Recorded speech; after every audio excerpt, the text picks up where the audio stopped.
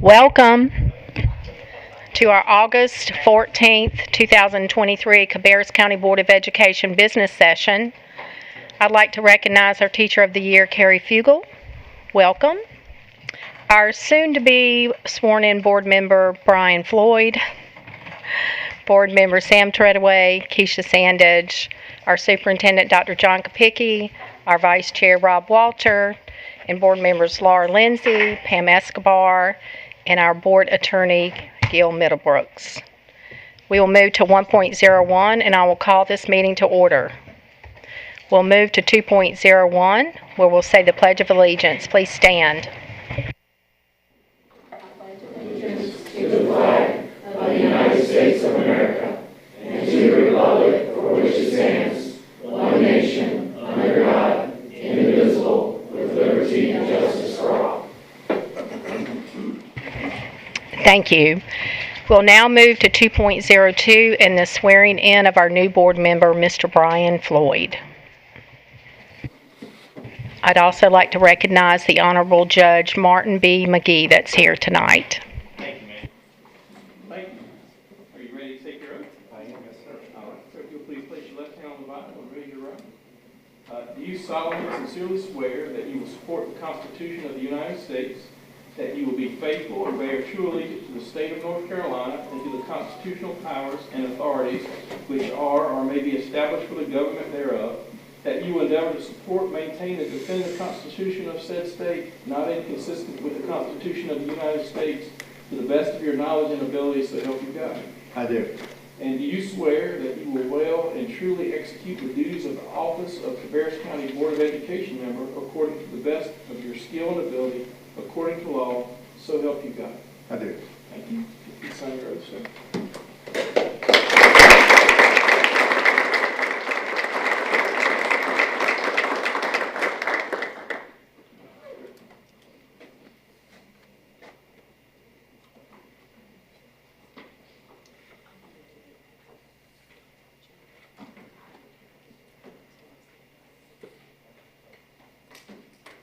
Congratulations. Thank you. Thank you. Thank you. Okay, board members, we'll move to 2.03, the signing of the Code of Ethics by the new board member, Mr. Brian Floyd. So I'll turn it over to our attorneys.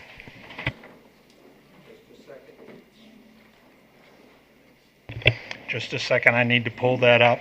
I apologize for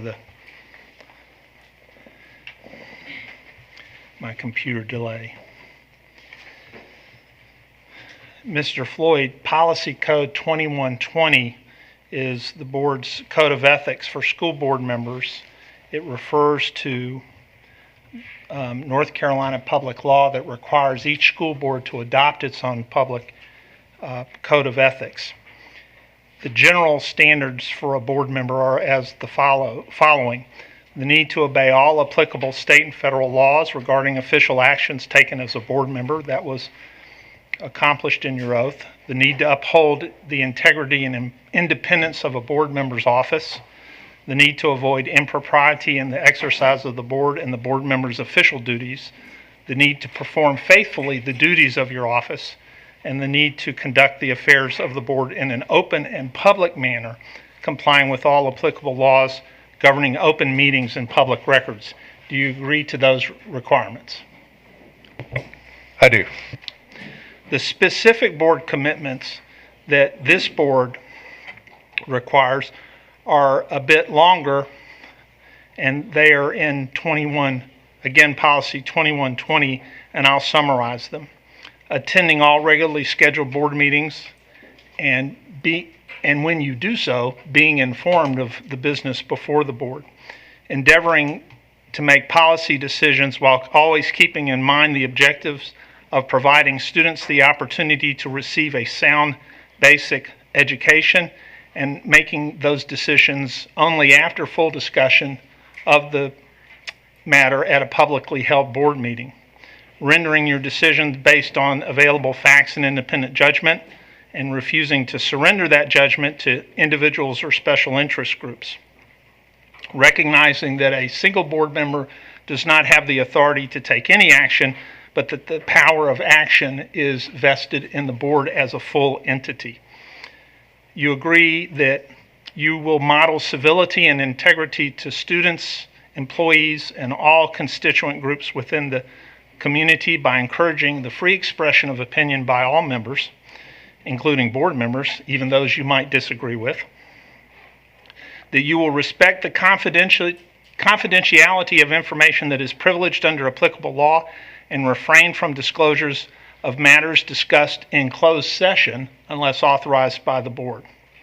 That you'll work with other board members to establish effective board policies and to delegate authority for the administration of the schools to the superintendent. That you will communicate appropriately with other board members and the superintendent in line with the board's policies for doing so. That you will endeavor to learn even more about current educational issues through individual study and through participation in professional development programs providing such needed information. That you will comply with North Carolina law by earning the required 12 hours of training every 2 years. That you will take 2 hours of ethics education each 12 months from your appointment. That you'll support the employment of those persons best qualified to serve as school employees and to avoid allowing personal relationships and biases to influence decision making. That you will refer any and all complaints to the superintendent or his designee and not investigate or attempting to resolve such complaints that might become the board through the board in its quasi-judicial role. You will avoid being placed in a position of conflict of interest, but if you discover that one exists, you will announce that at the appropriate time before the board so that you can then be excused from voting on matters that might raise a conflict of interest for you. And finally, that you'll take no private action that will compromise the board or the administration, remembering always that a board member's first and greatest concern must be the educational welfare of the students attending the Cabarrus County schools, and recognize that a board member's responsibility is not to run the schools, but to see that the schools are well run. Do you agree with those responsibilities? I do. Thank you, Madam Chair. We'll get Mr. Floyd to actually execute the code at the appropriate time. Thank you.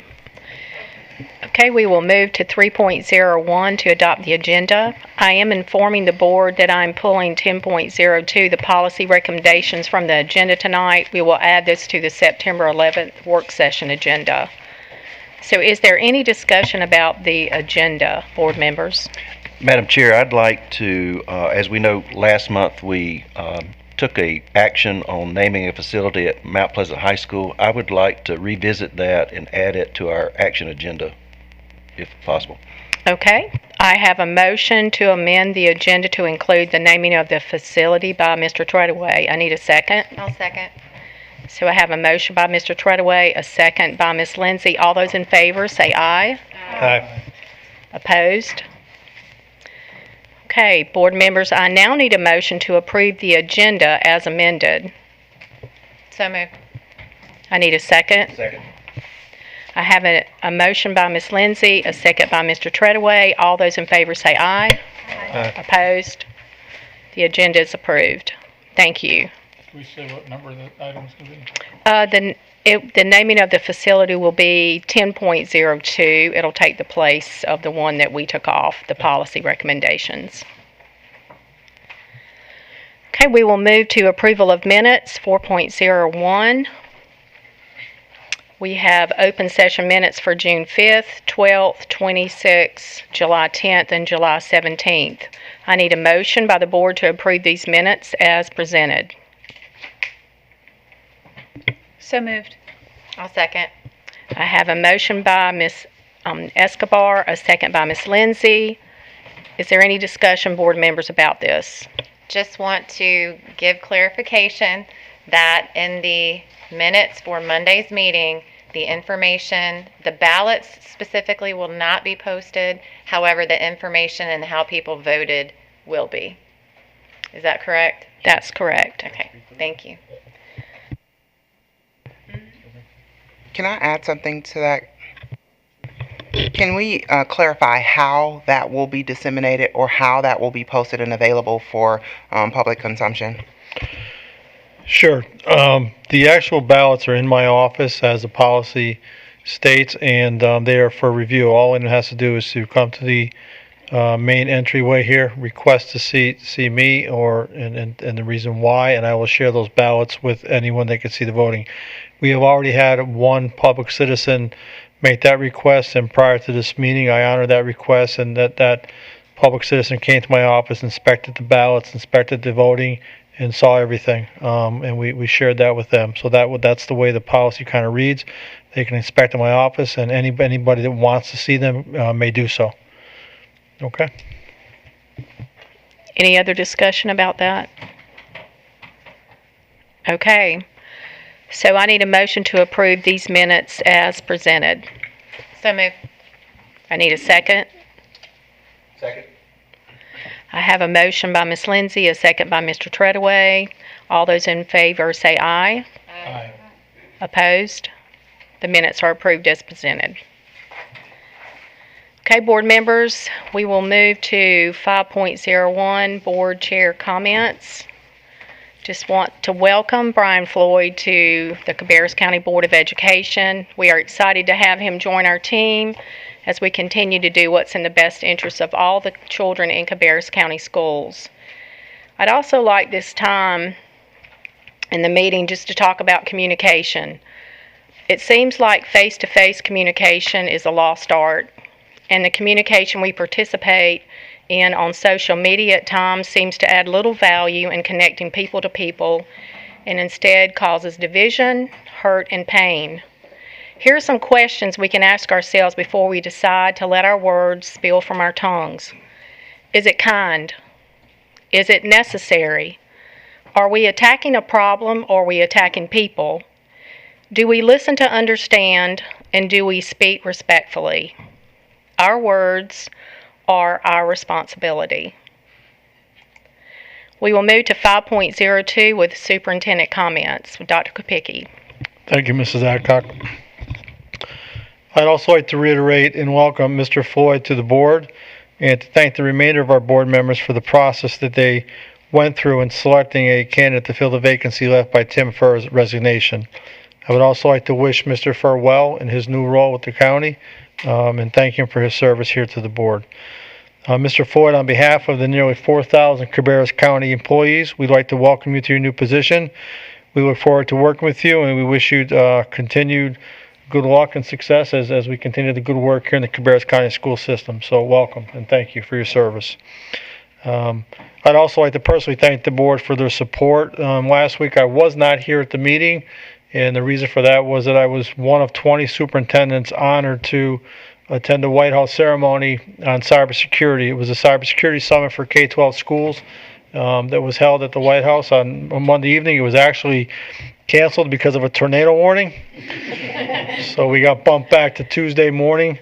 But it ended up being a very good experience. Obviously, it was an honor to be able to go and see our nation's White House, and that was wonderful in and of itself.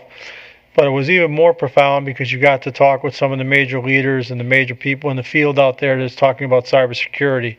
And one thing I can say is while you can't guarantee anything, and that was pretty evident as they explained to us some of the things that we can do to make our systems more secure, it was refreshing and it was rewarding on a lot of different levels. But probably the most profound thing that I took away from is that our own technology department under Ben Allred's leadership is really leading the way in terms of making sure that from a cybersecurity standpoint that we're doing all we can to make sure that we're protecting all of our information.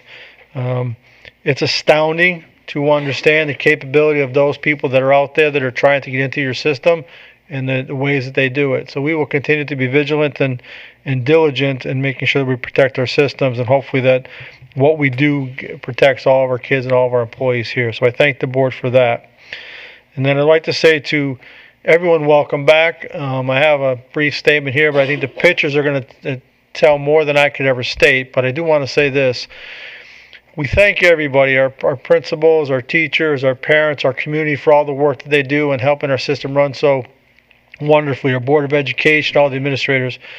But I really want to state this clearly and be very direct when I say this to the people that really keep our buildings open and running. And oftentimes we forget to say thank you to them. And that's our custodial staff, all of our maintenance staff, all of our school nutrition personnel, all of our transportation personnel, all of our executive secretaries and secretarial support staff.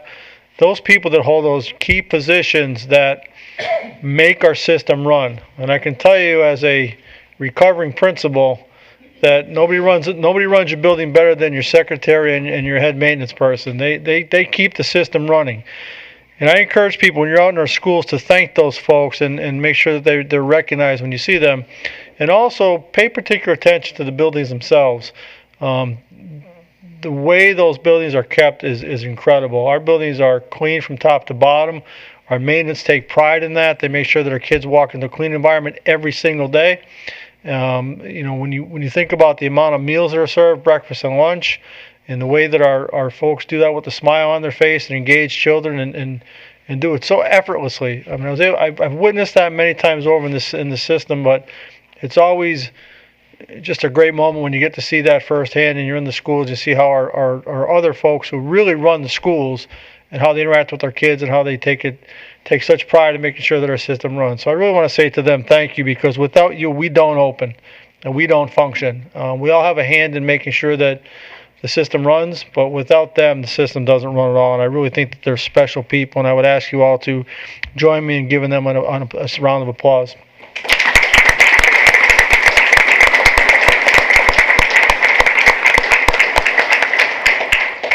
And then if you could start the montage and let that play out while I just speak to these next couple of things real quick. I want to thank our transportation department, and Art Whitaker, and in particular Dr. Jonathan Bowers, and getting our EduLog parent portal up. We've had over 19,000 users registered.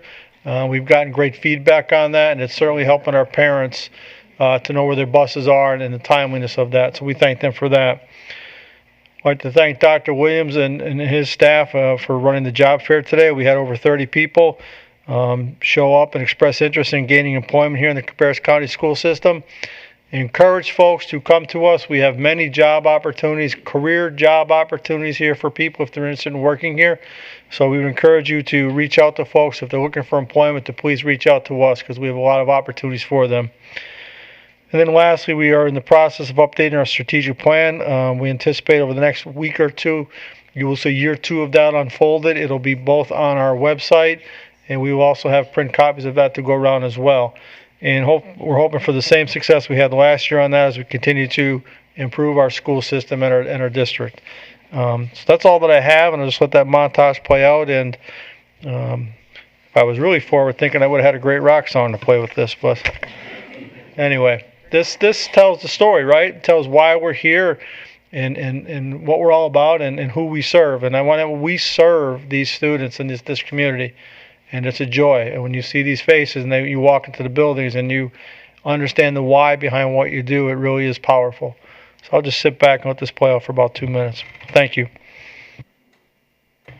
A quick question with the strategic plan. Are you going to continue with your listening sessions that you've done? I thought those were pretty successful. Yeah, thank you, Mr. Walter. I'm working with Dr. Probst, our chief of staff, to set up those community meetings. We will be probably, I would say, mid-September to about right to Thanksgiving. We're going to be out and hit every school in the district.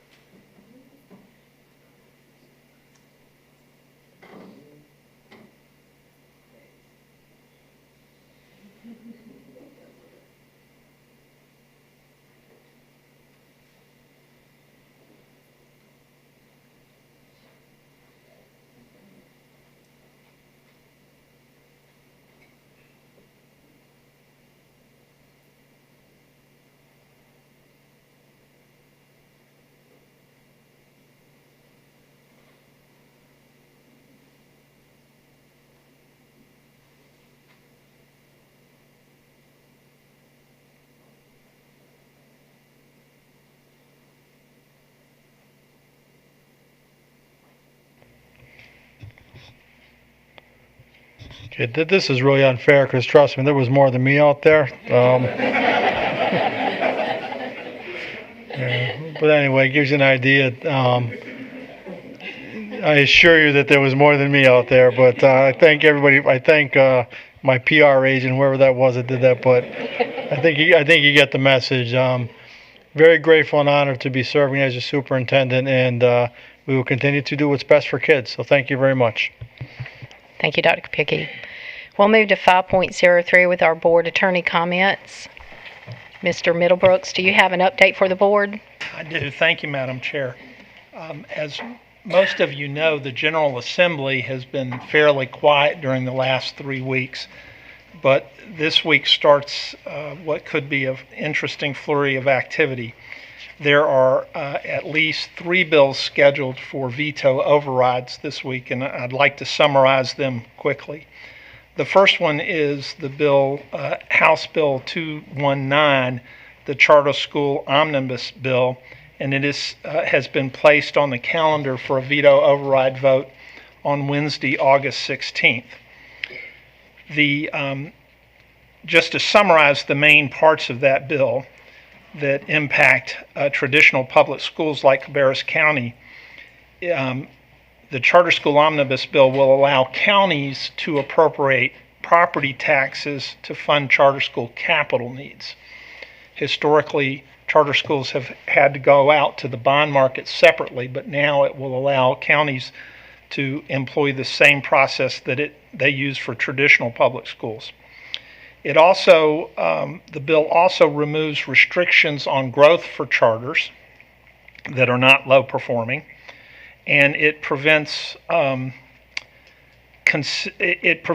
Charter School Advisory Board and the State Board of Education from considering the impact on the LEA, i.e. Cabarrus County School, for the charters who sit in this geographic area. An earlier version of the bill had a significant funding change that would further hurt traditional public schools, but that provision got removed. And that bill, as I said, is scheduled for an override vote on Wednesday the 16th. A companion bill to the Charter School Omnibus Bill is House Bill 618, which is the Charter School Review Board, also scheduled for an override vote on the 16th. This one does not directly impact traditional public school systems like Cabarrus directly, but it does so indirectly because it sets the structure that makes it easier for charter schools to get approval for opening and are less subject to restrictions that have been there in the past, and it makes the Charter School Advisory Board much more an arm of the General Assembly in terms of appointments, as opposed to being more balanced between the State Board of Education, the General Assembly, and the Governor's Office. That bill, again, is scheduled for override vote on the 16th. The next bill that I want to talk about is the House Bill 574, another bill that was vetoed by the Governor and is on the override calendar for Wednesday. This is the bill that mandates that in middle and high school sports teams, they have to be limited to the biological sex of the team participants at birth. So no transgender athletes would be allowed either way. It creates statutory civil causes of action, meaning people can sue if a school doesn't follow through. And it applies these as well to the University of North Carolina and community college system, as well as any private college or universities based in North Carolina that participate in college sports.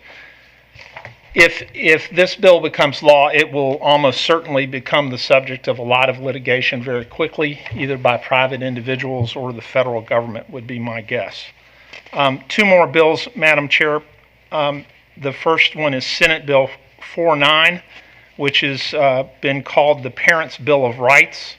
That was referred to the Senate Rules and Operations Committee in early July, and it was vetoed, but I can't see any right now any plan for a veto override vote. So that one seems to be in a bit more limbo than these other bills. And finally, I know that several board members have received emails on something called Senate Bill 90, Senate Bill 90. So I figure I should address that.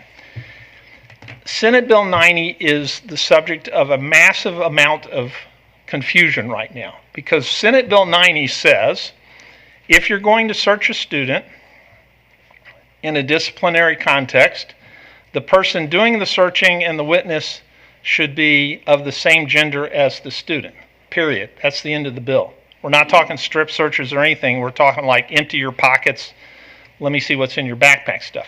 That is the entire Senate Bill 90. What is causing a lot of consternation, and that bill was, I'm sorry, let me back up. That bill was introduced in late March, and it's gone nowhere.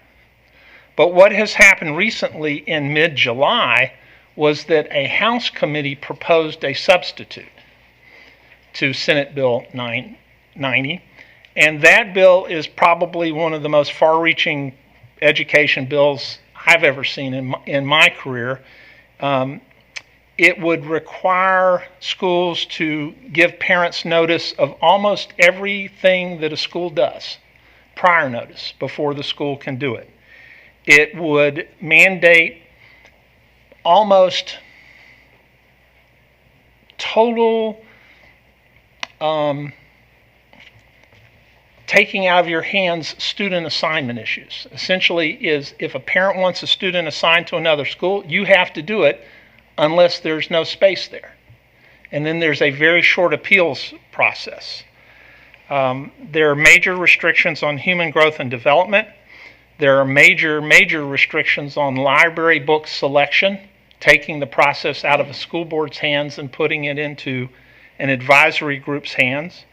And it would require you to put a clause in your superintendent contracts that say, if there are if somebody puts together 5 affidavits, 5 individuals about alleging that a superintendent is not acting in compliance with this law, then the board has the right to fire the superintendent immediately without recourse by the superintendent. And that is would become a required provision in a superintendent's contract.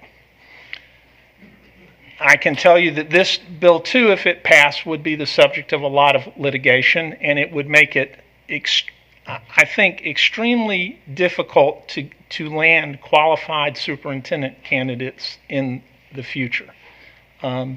Because you ask the superintendent to run the system, to follow your policies, to propose policy changes when he or she thinks you need them. But if they have a target on their back from day one, that's going to be hard to bring people in. So that one, that proposed House committee substitute happened in mid-July, a little over a month ago now. I've not seen any action on it since then, but that's about the time that the legislature went into budget negotiations and went silent for vacations. So we'll just have to monitor that. That's all I have, Madam Chair. Any questions, board members? Ms. Sandage? So 2 questions. One, can you repeat those bills again, the numbers? Sure. Okay. House Bill 219 is the charter school omnibus bill that's up for override vote on Wednesday. House Bill 618 is the Charter School Review Board that's a companion bill to the other one. It's also up for override on Wednesday. House Bill 574 is what's been called the Fairness in Women's Sports Act. That's on the calendar for override on Wednesday. Senate Bill 49, the so-called Parents' Bill of Rights, and it has been referred to a Senate committee. There's not been any action on it since early July. And finally, Senate Bill 90 and its proposed House committee substitute, the last action of which happened in mid-July. Okay. My second question, and I want to make this make sense. So I'm trying to understand, okay, the law or the bill passes, and then the school district responds to it in some capacity. And these seem like pretty lengthy bills, and if they were to come in place, would require some additional something from this school board. And I'm trying to make this make sense. Are we ready for these things to become law, is what I'm saying, as a school district? I'm asking you that. I'll answer, and then it may be appropriate for Dr. Kopicki to chime in here. We will be ready to go from a legal standpoint to advise you what the legalities of the bills are, and we will be tracking litigation. My guess, for instance, that in the part of two bills directly contradict what I understand to be federal law on the point. And my guess is that there will be immediate litigation on that and probably a hold on the implementation of those bills. We'll be looking for that. But to the extent that they're not holds on implementation, then we will be working with the superintendent's office to make certain that you have what you need in place to follow the new law. Now, on at least one of these, we've talked with our legislators about our concerns with House Bill 219. The others we have not. Is that something that you suggest that we do in some capacity if there are some concerns that will directly impact our ability to educate our students and be supportive of our staff going forward? I'm really concerned about a lot of the things that you explained here today as one board member. I think regardless of what issue you're concerned about, constant communication with your legislative team is essential to a board member's individual role and a board's role overall. It helps educate you. It helps them. You want the legislators on your team to think of you as an educational expert and to call you about these things. So constant communication both ways is imperative on any issue, I think. I guess I was asking, as a board, do we want to schedule another meeting to talk with I'm just really concerned about a lot of things that are in these bills, but I digress.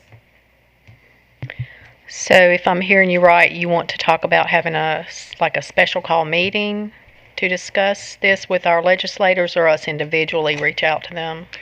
I think we individually need to reach out to them, but I think we show a united front as a board if there are some overarching concerns in these bills. I, as one individual board member, have concerns with a lot of things that I've heard. I don't know that other board members are concerned as well, and I will let them speak for themselves. But if we have identified some things, and Dr. Kopicki, of course, you will have to help us with this, that as a school district will negatively impact our ability to educate children going forward, I think that we need to show a united front as a board and discuss that either in a board email, or either in, we went up there to Raleigh and in person. I'm okay with either. I just think that we don't need to sit on these things and not do anything. Again, and that's just my feedback as one board member, and I digress. Any other board members have any comments about this? Ms. Lindsay? Sorry, just to clarify, so they're meeting about this on the 16th, right? Like Wednesday? On 3 of those bills for override votes, yes. Okay. Anything else, board members? Okay. We can put together an email. I think that's appropriate at this point. Yeah, I can reach out to our legislative body that represents us here in Cabarrus County. There are some direct implications of all these bills if they should become law, and I do believe that some of them probably have enough support to have override. But I will tell you, and it really not so much for what it would do for superintendents, and I will advocate for superintendents because I think the job has become much more demanding and challenging, and I welcome that in many aspects, but the Senate Bill 90 is a bad bill for a lot of reasons. If you just take the superintendent language out of it, it still is a bad bill.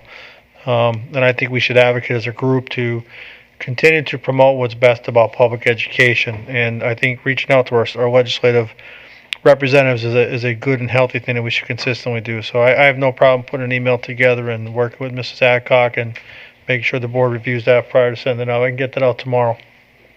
Okay? Thank you. Thank you. Okay. Thank you, Mr. Middlebrooks. We will move to 6.01, and our guest speakers address the Board of Education. So it's now time for public comment. Each speaker will be allowed up to 3 minutes to speak, and an individual speaking for a group may be allowed up to 5 minutes at the discretion of the board chair to express interests and concerns related to the official business of the board and the school district. The speakers will be called in the order in which we receive the request. A person may not be substituted for a speaker, nor may one speaker dominate time to another speaker. If a speaker runs out of time, then the speaker may leave additional information with the board clerk. Statements reasonably perceived to be disruptive or imminently threatening to the orderly operation of the meeting shall not be permitted. Any limitation on public comment shall be viewpoint neutral. The board chair has the authority to rule the speaker out of order. If a speaker or attendee willfully interrupts, disturbs, or disrupts this meeting and refuses to leave after being asked by the board chair, then the speaker may be escorted out and could be arrested for trespassing or disrupting an official meeting. Board members will not respond to individuals who address the board except to request clarification of points made by the presenter. So our first speaker is Sabrina Berry.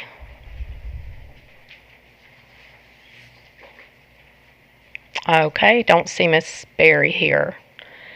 Our second speaker is Paul Wanish.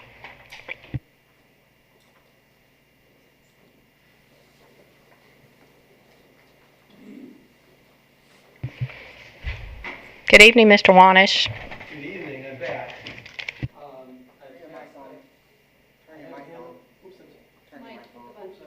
Thought I heard it. There. Got it, thank you. So, I'm back again. First thing I wanted to do was provide some accolades to Mr. Phil Furr for the excellent web portal that he put up. I thought that was very well handled. And for Dr. Bauer and Mr. Whitaker for their Edulog parent portal. Both of them are excellent quality products, so I'm thankful for them. But I'm really here for program choice. And first thing I wanted to address was district goals. They've always been up on the website. The goals have always been providing challenging curriculum. We have an excellent collection of them, and the content has always been something I've given Dr. Kopecki comments on. But the parental choice to choose something and to promote and maintain diversity in our schools. I think those are not being adequately addressed. The concern I've got is that program choice is broken down into the particular zones, and there are only 26 zones of the 40 or so that we have in the county, only about 60%, that actually have a program choice within them, just one. And there's only about 5 that have 2 choices. Last year I came in with a long list that said people can't use hubs or get to these other zones because they don't have transportation. And I'll show you some proof why that I believe is still true.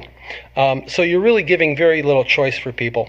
There are some that do have it in high school for pickup across the county, which is good. And it appears Jan Fries last year was having Concord Middle Zone picked up to go to Jan Fries. I think that's the only one that does that. For all others, they've been denied the transportation and have to find their own way. There's 13 district hubs around the county, and that only covers 4 curriculums. So other curriculums don't have opportunity for travel. So I see 3 issues. The districts never run a self-assessment on their program choice to see if they're meeting their goals.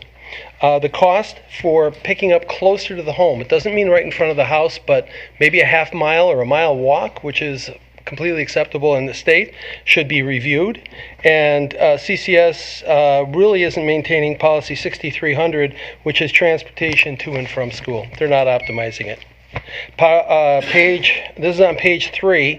What I did is I got some informal data last year on what the hubs really do. There are 34,000 students with 19,000 getting transportation. That's 54%.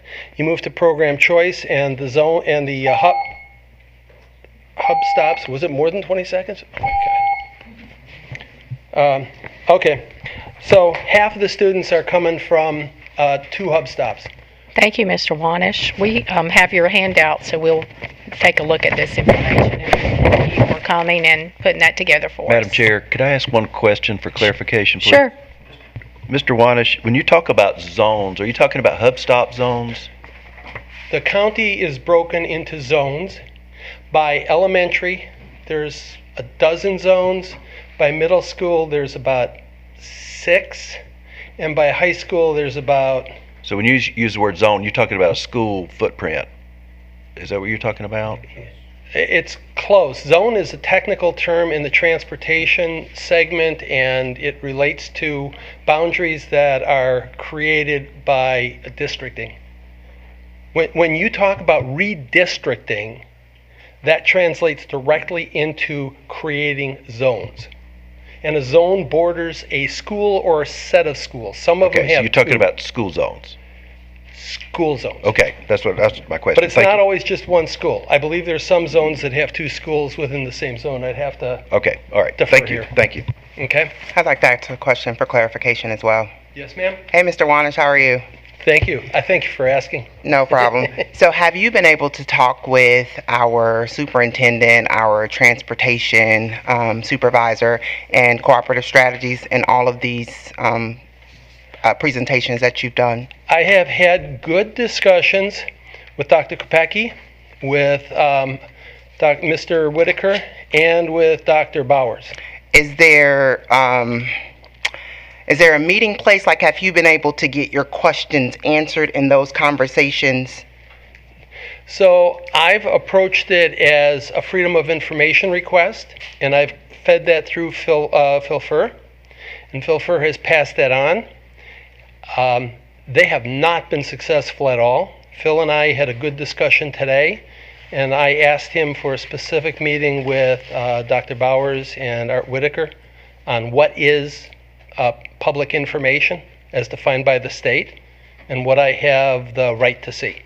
Okay. So I've had that discussion, and I also asked him to set up a meeting with Heather Stowe, who is the new program choice lead, to go after some of the information. I have never seen, today I saw sort of maybe a number. I've never seen how many people are in program choice. It's a large number, 7,000 or so, but I've never seen the actual tabulation. Thank you. Last question. What is it specifically as it relates to information or something changing that you are requesting? What I've been requesting are things like the GRD report, the ethnicity report. What is that? Yeah, it's an ethnicity report that's maintained for the district. It tells you exactly how many whites, blacks, Hispanics are within each school, within each LEA throughout the Cabarrus County. We have no such similar report for who's in the program choice. Now, I do know that the one place we have a program choice, you hate to do examples, right? But I'll just grab one that's most obvious, and that's the architecture and construction program choice. Their population is 81% white. The population in the district is 41% white. So on the third one of trying to promote equal ethnicity, we don't know that it's skewed, but it really looks like it's skewed. So that's the kind of data that is not yet reported. Okay? Thank you for that. Maybe this would be a conversation offline because I really want to understand what you need and how we get that to you. Yes, and I've talked to Phil, Mr. Furr, and he's being very supportive. I just have to get with the other people that own the data to make it. People want to give you a report. If I have a report, I'll share it with you. That's not public information. Public information is anything that's not litigation and not PII, personal identification information. But I've asked Phil to make sure that that's my interpretation is proper. That's Thanks. the date I want. Thanks again. Thank you. Okay, we will move to the next speaker, Mr. Leonard Jarvis.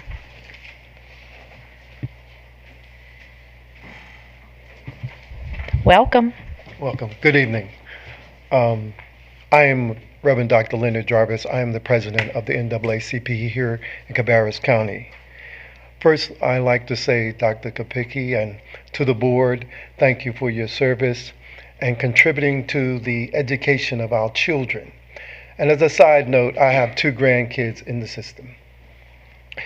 I'd like to say to Mr. Floyd, congratulations, and I hope that you will make our children your priority.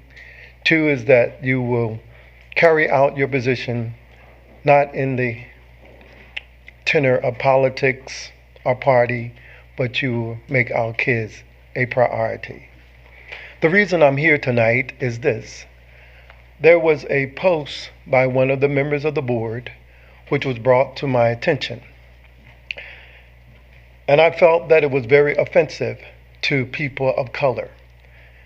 In Rick Warren's book, The Purpose-Driven Life, he says in order to better broken relationships, 2 things we need to do. Is one, that we need to seek reconciliation. Reconciliation fixes the person.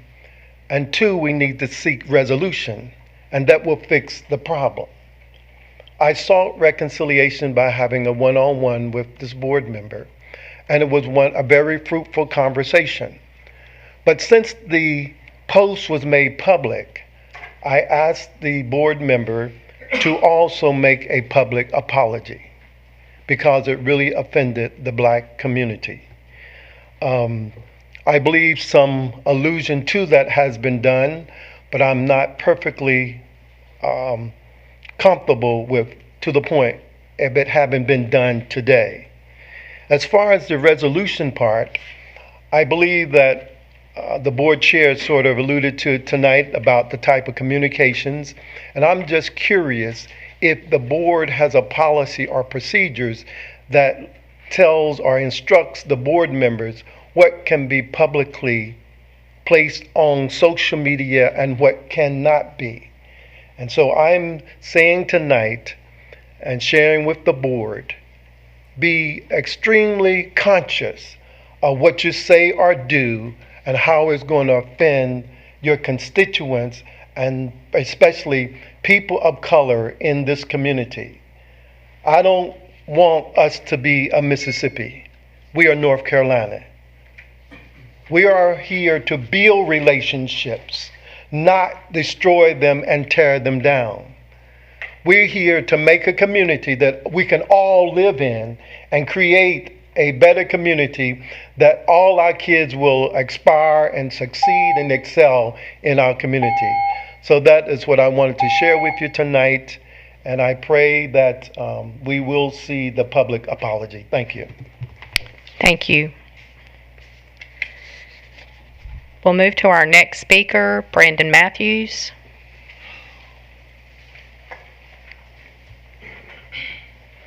Good evening, Mr. Matthews. How y'all doing?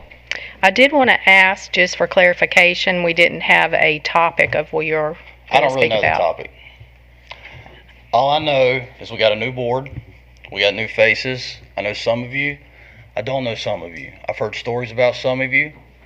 And some of you, we'll just have to find out. What I'm going to say now is after last year, this is the time where you show us that you deserve to be on this board for these children. Now, the topic on the post, you just showed a slideshow of a bunch of kids, all different races. You know what they don't know? Race. So if y'all allow opinions to be brought up by post, you bring that into these kids' lives. These kids don't know that. What is so bad with posting a post about a song? I want to know, because if you come to my town and you stir stuff like that video, you're going to have whites, You're going to have blacks. You're going to have Mexicans. You're going to have old men. Everybody's coming to your doorstep. Y'all bring nonsense into this board that don't need to be here. People got to quit letting their feelings get hurt. That's all there is to it. There's people that post stuff to defend white people. There's people that post stuff to defend black people. There's people that post stuff to defend Mexicans. It doesn't matter. It's never going to stop, but it don't need to be on this board. All y'all need to worry about is the curriculum. She ain't done nothing wrong. She ain't done nothing wrong. So she made an apology. She posted a post. She deleted it. This is ridiculous. Then you got people like Valerie who want to go in and stir up a song. So you take one word she said, you find a bad song that come out, and then you blow it out of proportion. That's exactly what happened. I can name a rapper, I can name gospel, I can name everything, a song off of anything that's going to offend somebody. So what's the problem? This is old. Let's not do this year. I don't really like you just because of how we've done it. But I know you care for the kids. I know you do because you care for your own kid. I like Kapicki. Denise, you're a great woman. You've never had no problems. Laura, I've watched her fight for these kids. Rob, he's cool. I don't know you, Pam. I don't. I've heard good things and bad things. I just want you to show me the good stuff. I don't care what you do in your personal life. Just do what's best for the kids. I don't know. I need you to prove it to me. So everybody, just quit worrying about the bull. It's not worth it. But if y'all want to tag team her, guess who's going to be standing in her corner every day? This guy. So let's not do this. Don't follow that. It's called promoting racism. Okay, we will move to our next speaker, Wendy McConnell. Good evening. Good evening. Thank you for having me. Good evening, Madam Chair, school board members, and Superintendent Kapicki. Good to see you here this week. I want to extend my gratitude and appreciation for your commitment to this work. It is just amazing. I'm so glad that we have you all to educate our children, to educate our county. So thank you for that. Last week I spoke about the seriousness of understanding our racial legacy in this nation. And tonight I want to emphasize this again because understanding this racial legacy helps us all. It helps us to understand our students' outcomes. We see they are broadly predictable by race. Not just academic outcomes, but economic, health, juvenile justice, food security, housing outcomes. We each have a critical responsibility to understand how all these systems are operating in tandem to reproduce the same outcomes again and again. Understanding this arrangement is precisely what allows us to interrupt these patterns. If we pretend that our educational system was not structured around race, that it's some kind of race-neutral zone, then none of these predictable outcomes will change. This racial legacy helps us understand so much. It helps us understand the divestment that we are seeing in our public schools today, state, nationally. It helps us understand why Leandro has not gotten funded. It helps us understand why teachers are not paid wages they deserve. Acquiring a depth of understanding about this racial legacy can be transformational for Cabarrus County schools. Transformational into a model of excellence and equity in our county. Every model of equity elevates everyone in it. And it liberates us to work together. No more whispering about racial outcomes or sanitizing the language. It will allow you all to speak more clearly and directly and have more effective and strategic interventions. Interventions that are informed by our legacy with all its ugliness and all its beauty and all its connectedness.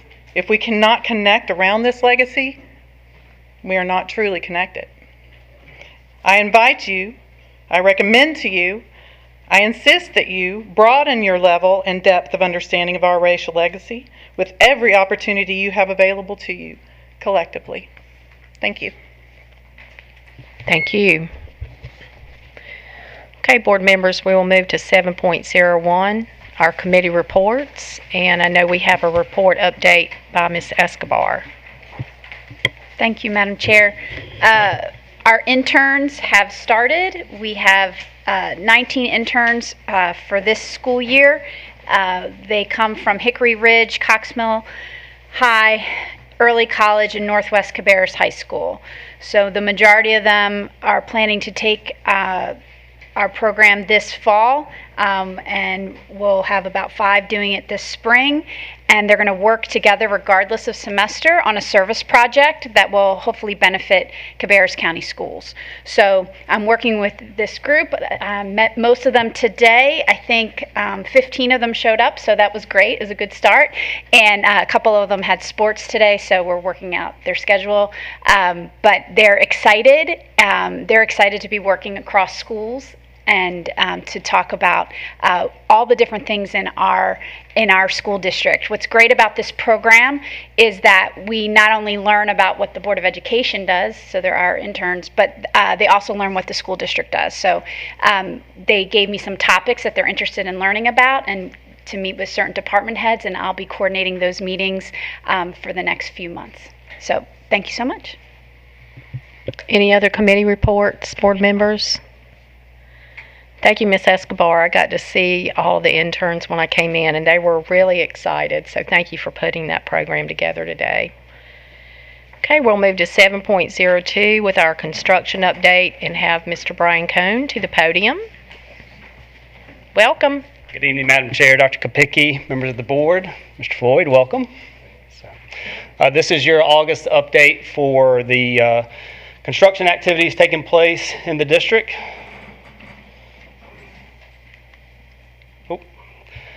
We'll start with R. Brown McAllister. The north entrance work that we had been working on all summer long is completed. You can see there in the image. We have the new main entrance that will be the primary entrance and exit for staff, students, and visitors to the school. We've got sidewalks completed coming in as well, since we do continue to have walkers coming to that school from the neighborhood inside there. We've also got the new exit there coming off of the existing school that was open just as we had planned. We continue to have painting ongoing in the C wing and the A wing, so we're starting to see colors taking place. Acoustical ceiling grid has started to be installed. The standing seam metal roof for the main entrance and the admin area has been field measured. One of our big milestones is climatized air. We'll start moving air here at the end of September, start drying the building out. We want about 6 months before we take over the building to have air moving in there. So that's a big milestone for us. We'll continue to see metal stud framing and drywall work for the next few weeks in the A wing and the B wings as well. And again, the metal panel installation on the courtyard area, on the classroom wing area has begun as well. It's a picture of the main atrium there as you enter the school, and that's the monument stairs going up to the second level. There's one of the, I think that's one of the kindergarten classrooms with the ceiling grid installed, and they started laying lights in as well. Moving on around the building, the exterior spray foam and water barrier installation is ongoing, is about to wrap up actually as of this week. The main BMP structure, our detention pond in the back, is being converted to the permanent structure. So that's a big milestone now. We've abandoned all of our temporary erosion control measures, and we have all of our site water going to this main pond now. Again, we continue to have mechanical, plumbing, and electrical trades. They're all working in multiple areas. There's probably about 150 to 200 people on site every day right now. We've also made the change, working with Chuck Taylor and his FMD staff. We've taken out all the VCT flooring in this school and put in a no wax floor, so there will not be any floors that have to be waxed in this school. So those summer activities that are normally taking place in the school, where you're moving furniture out of rooms and into hallways and stripping floors, we have eliminated that from this school altogether. We have worked diligently with Ms. Blanchard and Ms. Nickel on finalizing some interior finish colors. Neither Tim nor myself or anybody on my staff want to make some of those decisions, so we make sure to engage them. We have one of the cool things we were able to do, and you'll see in one of my slides, we had the opportunity to tour all the teachers. The first day that they were back on that Wednesday, we arranged it with Miss Blanchard and Miss Nickel and had the job site shut down for about 45 minutes and gave every staff member a tour of the new facility.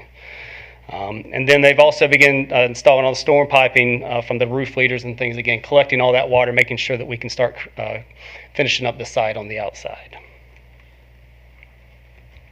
That's the main entrance as you come into the school. There'll be a canopy there, a courtyard over to your left-hand side where you can come out from the media center. And that's looking at the new media center inside.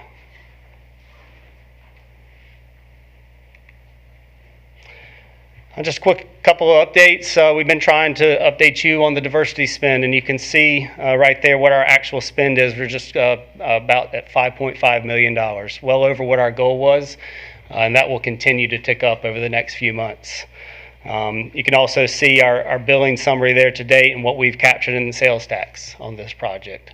That's always a very important part of what we track through these jobs, because there's a lot of sales tax that we pay that we don't necessarily get it back, but we can give it back to the county, and that's always in our best interest. You can see we're about 65% complete on the job, so well over halfway and into the final stages. Just kind of a quick schedule update today. They do have March 4th as our substantial completion. That essentially says that that's when the building is complete to the point that we could use it if we wanted to. Obviously, that gives us the ability to punch list and clean and get furniture set up. And because we're moving teachers into the school, we'll have a period of, at the end of next school year where we have to have them box their things up. Andy and staff will come and we'll have to move them into the room. So it's a little bit more challenging, but certainly something we've not taken on before. You can see our weather days there. We've obviously been through a real dry period, so we had planned for 96 with the contractor. We've only hit 105, so we're starting to catch back up because of all this hot weather. Just a quick aerial drone update of the job.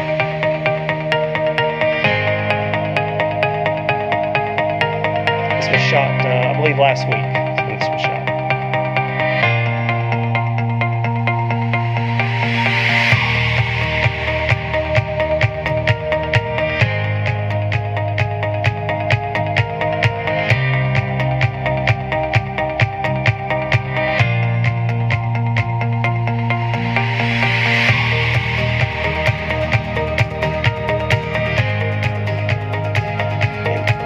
Continue to be amazed that we were able to do this and didn't realize the amount of property we had back there.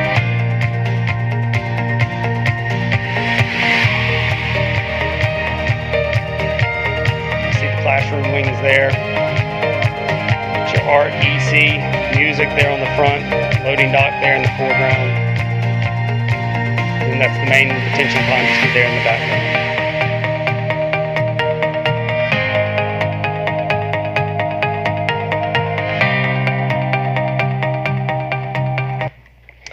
So again, as I said earlier, one of the exciting things we get to do, it's probably one of the best things about my job next to seeing the kids' faces, is being able to tour the staff and the educators and the administrators around, because obviously coming from the current R. Brown McAllister, I'll take nothing away from that, but this is going to be a vast improvement from what they have, and they're very excited about it.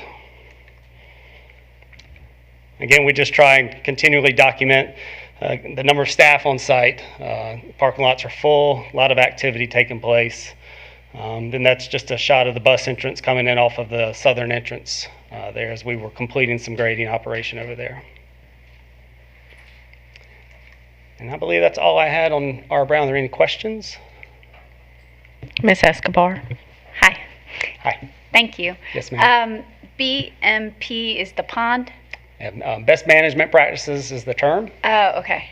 All right. Don't ask me. That's what the North Carolina Department of Environmental Quality chose to call them. So okay. I just wanted to make sure I understood what detention the initials... pond, BMP ponds. Okay. Sorry about that. No, that helps. And then there's a lot. So will there be some sort of retaining wall between the pond and the kids and that grass? It looks like so it is it's a wet pond, which means it's going to hold water all the time. It's got aquatic plants in it that we have to maintain.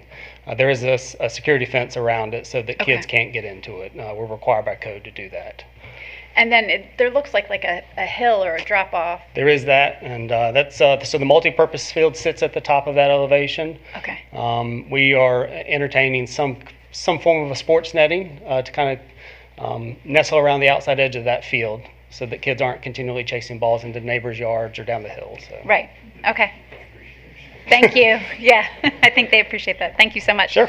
I will move on to. I wanted to. Yes, I'm sorry. No, you're good. You're good. I just wanted to tell you thank you. Every time you do this, I'm blown away at how much progress you've made. I just want to prepare you and all of us for the fact that everybody's going to want these floors that don't have to be waxed anymore. We should did have just go that ahead and add discussion that we might be setting a precedence here, but it's been you a goal. definitely are. The goal all along has been to minimize what Chuck has to do with these projects on an annual basis. I hear you. But it's awesome. So he comes in and yells at me quite often about, you need to do this. Anything else? Cool. All right, moving on to Northwest Cabarrus, just real quickly, our design development drawings, we are complete.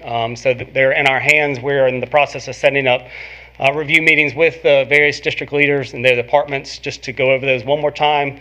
This will be the second round of reviews with them, giving them the opportunity to put their eyes on it and make sure that we have captured everything that they have asked for. The traffic impact analysis study, the TIA, is complete and has been sent over to MSTA and NCDOT for the improvements they are recommending we have to perform as a part of this project. In all likelihood, those recommendations will come back changed because of the statutory obligations of NCDOT and the reimbursement. That's kind of been the trend that we have seen. You know, they make up this grandiose plan and we provide it, then they said, oh, well, wait a minute, we probably can't quite afford all of that, so it gets modified to some extent. But once we get that information back, then we'll start that exercise of putting numbers together for it as well. And then lastly, City of Kannapolis, we continue to have conversations with them, their Parks and Rec Department, as we always try to be good neighbors with the local municipalities. They would really like to have some use of these fields for recreational use on the weekends. So we'll continue to work with them on that. Any questions on Northwest?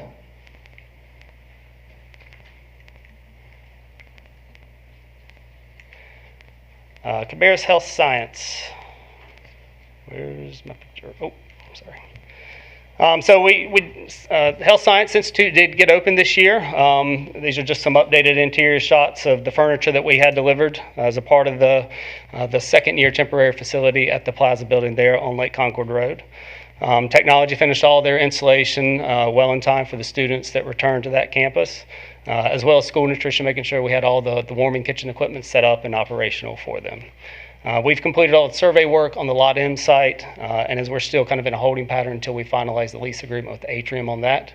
But we have everything in place ready to go as soon as we get that completed.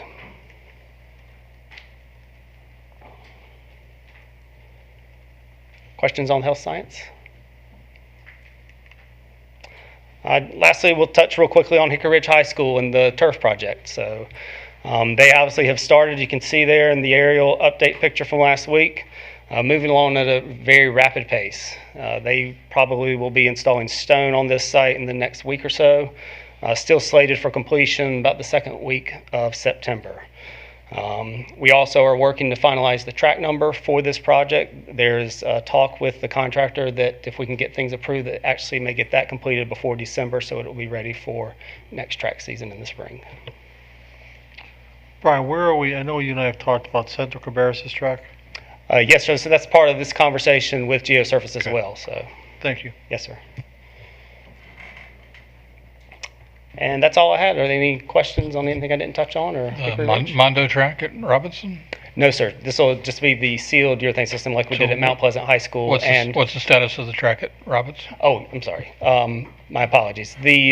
So the Mondo surface was delivered to GeoSurfaces last week. They were just holding it until the installer is still scheduled for the week of the 22nd. So we should see him in the next couple of weeks. Once he mobilizes, they'll bring the material out there. They just didn't want to bring it and sit it out there. Right now, we have a completion date of the first week of August. By the time we get the installation completed, a little bit of cure time, they get in and stripe it. So we've worked with Patrick and his team over there to make sure we don't impact any events. And if he does need use of the field, we work with GeoSurfaces and they make sure we have access. Miss Lindsay? Just wondered real quick, the tennis courts at Central. Yes, we are working on the tennis courts. They're yeah, in so full. we're working hard to try and find an alternative system that maybe is a little bit longer, and it's just been a bit more challenging to identify that because there's not a lot of it around this area. So we have found some courts that we may have to travel to see, but before we invest the money and the time into doing this, we'd like to speak with some companies and some complexes that have utilized it to see what their thoughts are and if it's worth our time. So. Okay. All right. Thank All you. right. Yes, ma'am. Thank you. Going back to the Mondo track, do you mean October or do you mean August of next year? October. Okay. August. You said August, and that. No, October. Okay. The first week of October. Got it. I'm sorry. Okay. Yeah. I do the First same week of thing. October this year. Makes sense. Sorry about that. Okay, thank All right, you. Thank you. Okay, board members, we'll move to 8.01 in our update on realignment study with Dr. Jonathan Bowers. Good evening. Good evening, Madam Chair, members of the board, and Dr. Kopicki. It is certainly my pleasure to be able to welcome back Cooperative Strategies to be here with us tonight. As you recall, back in the spring, the board approved to enter into an agreement with Cooperative Strategies to lead our district-wide realignment study. So Mr. Rich and Mr. Sturts have come back tonight to share with you an update on what their work has certainly turned out to be over the last few months. They have spent much of the summer reviewing our facilities, taking a deep dive into not only our current state, but also getting some trend analysis over time and looking at things such as student enrollment projections, looking at our balanced distribution of student assignment across the district, our current building utilization, our deferred maintenance needs that exist, and also looking at some of our current assignment patterns that are in place. So tonight what you'll see from them is a bit of an update on that work and really some, I believe, some information that is impactful and is insightful and will certainly guide the work that is to be done. So with that said, I'm going to step aside and turn it over to the experts. Thank you, Dr. Bowers. Good evening, board. Dr. Kopicki, welcome, Mr. Floyd. Tonight we want to just give an overview of data and findings up to this point. We're going to focus really on conditions, capacity, and also feeder patterns or boundaries. I just want to reemphasize the first step for this is to have the facilities master plan and those recommendations in place before we start going down the path with boundaries to make sure we're supporting the facilities master plan as a result of that. So there's really three key themes and goals that are supported by those themes based on that review of data. First of all, getting ahead of deferred maintenance. As we show on the screen there, it's a priority to address the roughly $500 million in deferred maintenance needs that the district has. Second, balancing utilization and addressing the tremendous growth that the district has experienced and will continue to, and looking for both capital and non-capital solutions to that. By non-capital, that would be boundary options to make sure that you're utilizing your facilities as best as possible. And third and finally is prioritizing solutions that reduce the district's long-term reliance on mobile units or portable classrooms, because those units don't quite have the same capacity to, let me back up there. Although that is capacity, it's not intended to be a long-term solution on your facilities and don't have some of the other features that your permanent capacity does. So first, in terms of deferred maintenance, that $500 million, we have a few different visuals here. First and foremost, up in the upper right-hand corner, we have a comparison of the major categories that that deferred maintenance falls into, and it compares the funding that the district has received versus the identified what's needed in order to fund and bring those up to address those needs.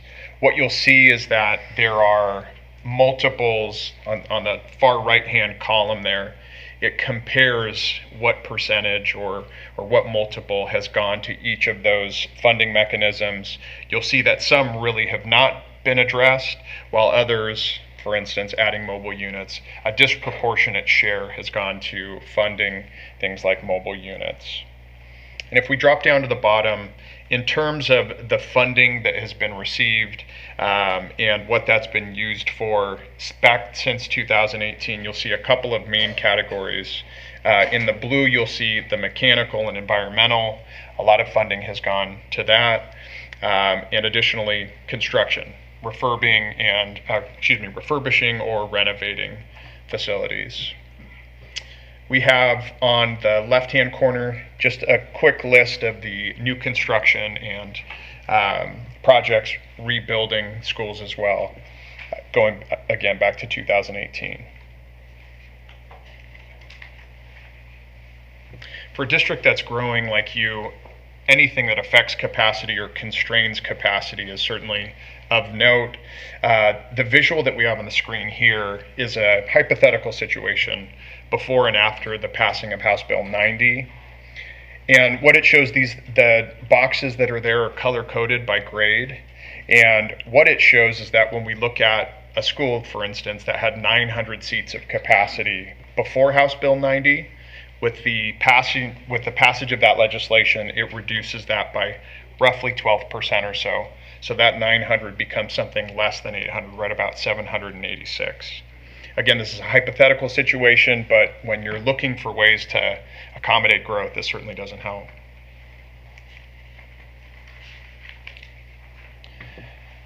A couple of key data points that we're looking at, and I think it's a helpful visualization or comparison here, is to look at the Facility Condition Index, the FCI. You'll see that that's from top to bottom, and the utilization of each facility. So the percentage of, or actually taking students divided by the capacity of the school, that gives us a percentage. The sweet spot there is roughly 80 to 100%, so that it's utilized efficiently, but not bursting at the seams. In terms of the FCI score, that takes the existing identified needs and divides that by the replacement value. That's how we get that FCI score. And the sweet spot is something under 30%. So the higher the FCI score, the worse the condition of that facility, or the greater the need that to address those facility conditions.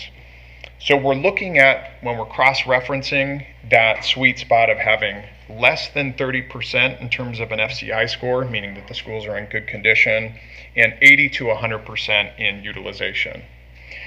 At the elementary school level, there's 4 existing elementary schools where they have an FCI score above 30%. One of those is McAllister, and we just saw some great pictures to show that that's being rebuilt, and that will no longer have that FCI score. Those will be addressed. So the remaining ones are Beverly Hills Elementary and Coltrane Webb, in addition to Wolf Meadows. Now, when we're looking at capacity, most of your schools fall somewhere about 80% or more, so it's showing that capacity, as I'm sure you well know, is quite constrained there. When we look at the middle school level, we have less of that situation in terms of facility condition index. This indicates that schools are in relatively good position in terms of their condition, I should say. But what it does show is that there are some schools that are underutilized because they're less than 80% as far as that utilization. At the high school level, we have 2 schools that really fall into that sweet spot. The others are either getting higher on the FCI percentage, or are either overcrowded or need some additional students based on that 80 to 100% threshold. So we wanted to take a look back at the enrollment trend, both historically and then what's projected going forward. That's shown on this graph. This is district-wide, by the way. And the gray area that's shaded there, that's enrollment, again, historical and projected district-wide. We overlaid on top of that stacked bar graph shows in blue, that's the permanent capacity for district-wide, and then the red outline shows the portable units. And so what this tells us is that mobile units have allowed the district to be able to keep pace with the growth that you've experienced over time.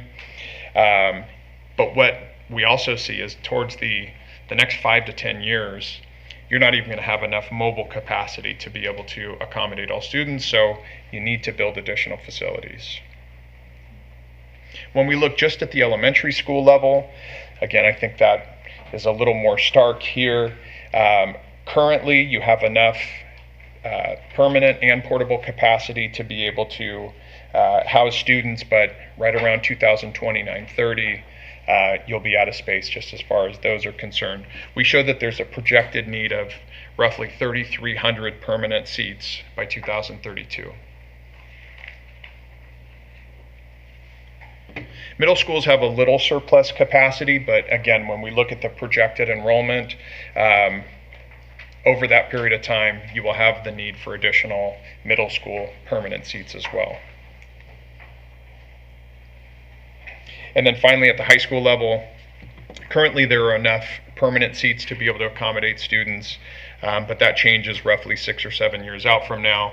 And then by the end of that projection period out in 2032, you'll need additional seats over and above just your mobile units even.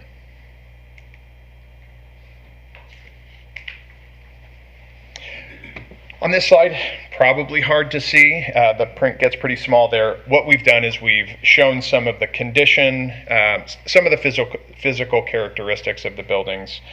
So for each school, the year that school was opened, the age of the facility, acreage, square footage. It also, this is how we're able to calculate that facility condition index score. It shows the present replacement value, also the current deferred maintenance needs.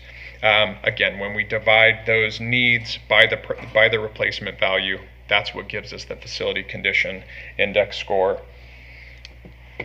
The shading in those columns that are on the right-hand side help to demonstrate where there's the greatest amount of need. So those yellow bars, those red bars, the larger they are shows those schools that have higher percentages of need or a higher FCI index. Justin, could you slide back there for a moment? Can you explain? I think you did, but just to drive the point home, when I look at the facility index scores for some of those schools, right, and then I look at the deficiencies, which is the amount of money it would take to bring that school to the physical shape it should be in to address the deficiencies.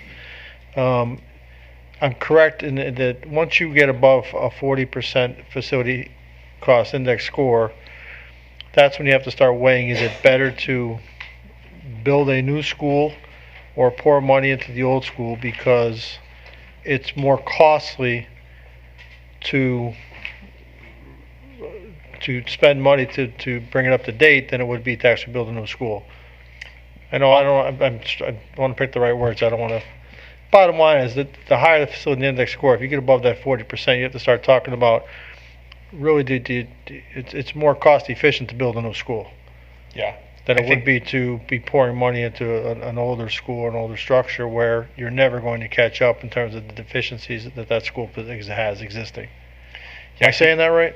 Yeah, I think you are. And I think, at some point when you get high enough on the FCI index, it may indicate that you don't even have the good bones to be able to go in and kind of fix that and address those issues. David does a really good job of talking about that. So the FCI at its core is an investment metric. It tells you at what point does it make sense to, keep on keeping on with these buildings, and then at what point does that start to get to a gray zone, and then when it passes a certain threshold, it's going to be more cost effective in the long term to rebuild it than it is to keep on with the maintenance. And it depends, as Justin said, those bones. The logic is that somewhere around a third of the value of the building is in its supporting structure.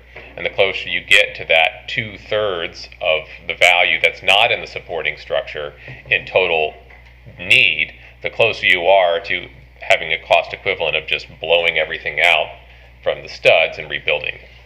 And then when you approach that point from an investment standpoint, you have to ask, is this the asset that I should continue to invest in? Or does it have too many limitations from a size, from a structure standpoint, from an arrangement of interior classroom standpoint? Does it not make sense programmatically? Does it not make sense from a gross capacity standpoint? Is it too small? Is it not in the right location? Those kind of questions contribute to the best strategy for long-term investment. Thank you. Welcome. Just, I don't want to jump ahead, so if you're going to talk about this, like I don't want to do it now. Are you going to talk about the deferred maintenance stuff that you talked about when we had our 2x2s?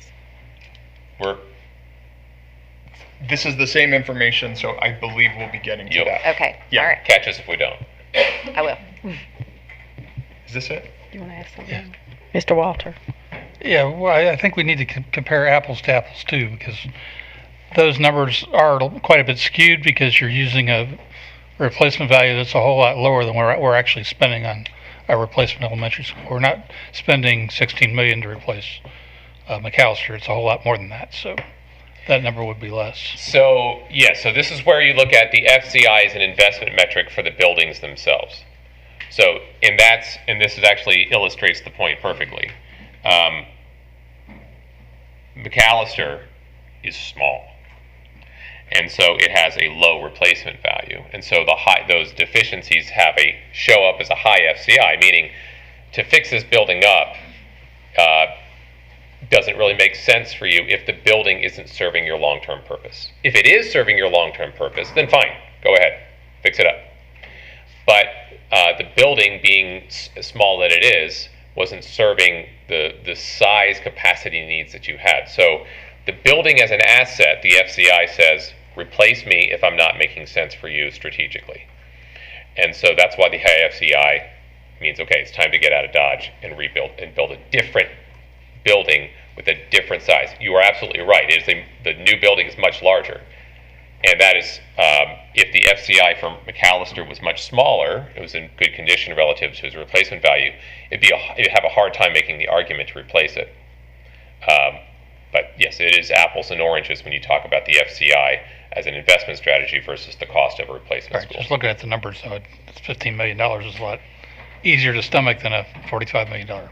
Sure. If the asset was supporting your long-term goals, then yes.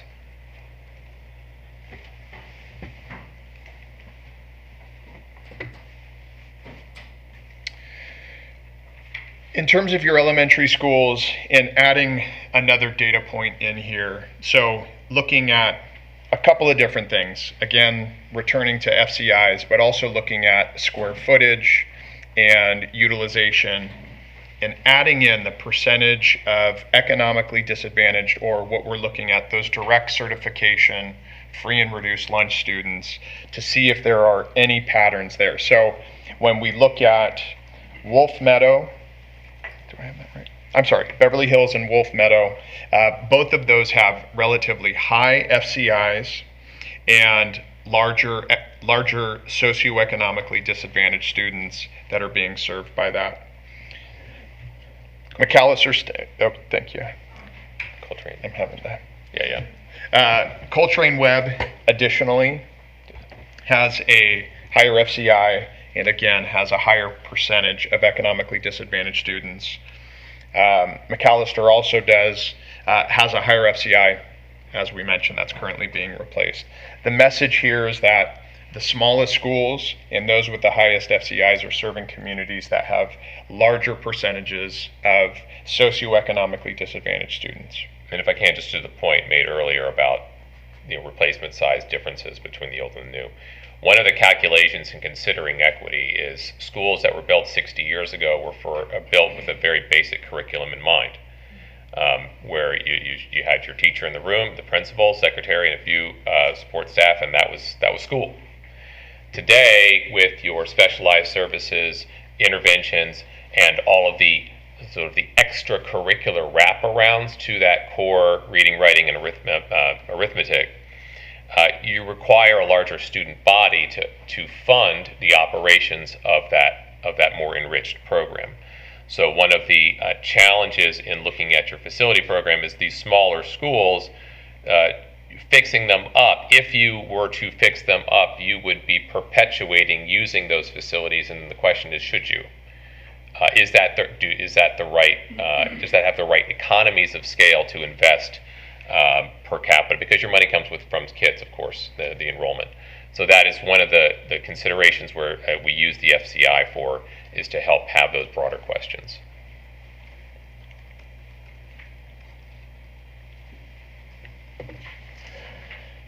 Just to put some finer points on that, when we look at 3 elementary schools that have less than 500 enrollment, when we take the averages of those, they're roughly 40 years older than those schools that are greater than 500 in terms of their enrollment. Those schools also have surplus capacity, and so that may beg the question, are folks opting out of there, or are there other trends that are going on? When we look at each school level, so dropping down to the next table here, all school levels are near capacity and are projected to be overutilized in the next 10 years or so. One exception is Concord High School and Robinson High School have some surplus capacity. Just to really emphasize the point, all schools have been relying on portable capacity in order to be able to house students. And again, that's something that we're trying to emphasize and address and get ahead of that with building new schools. So Justin, when we talk about the current utilization versus the projected utilization in 2031-32, I understand what those numbers mean, but just a little more specificity as to what that story is telling. You bet. So looking today at, again, utilization is calculated by taking current enrollment and dividing that by capacity. So today your current utilization may show that you're just above capacity. Again, this is based on permanent capacity. That you're just over your capacity at the elementary school level and you're under capacity at the middle and high school levels. But when we look out 10 years at each one of those school levels, elementary, middle, and high, you're quite a bit above that, even at the middle school level. So does that emphasize the point and highlight that? So the picture may be okay right now, but again, looking 10 years out, with all the growth that's coming, it's going to be hard to stay ahead of that growth.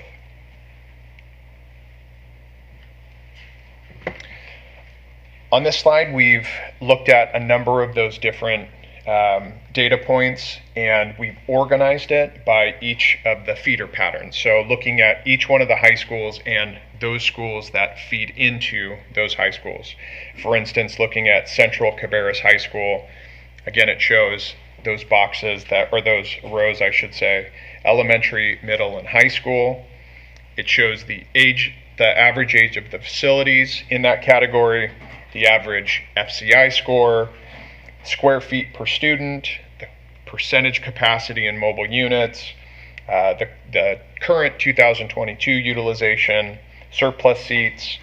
It also looks at academic performance and the average, again, of those schools that feed into that high school, and then the percent of economic disadvantage. So we wanted to go feeder by feeder here, or feeder network by feeder network, just to highlight some things that stood out to us.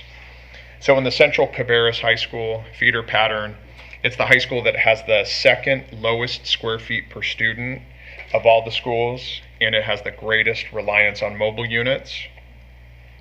At Concord High School, the highest percentage of economic disadvantaged students, the oldest schools, the highest FCIs, and there's surplus capacity there.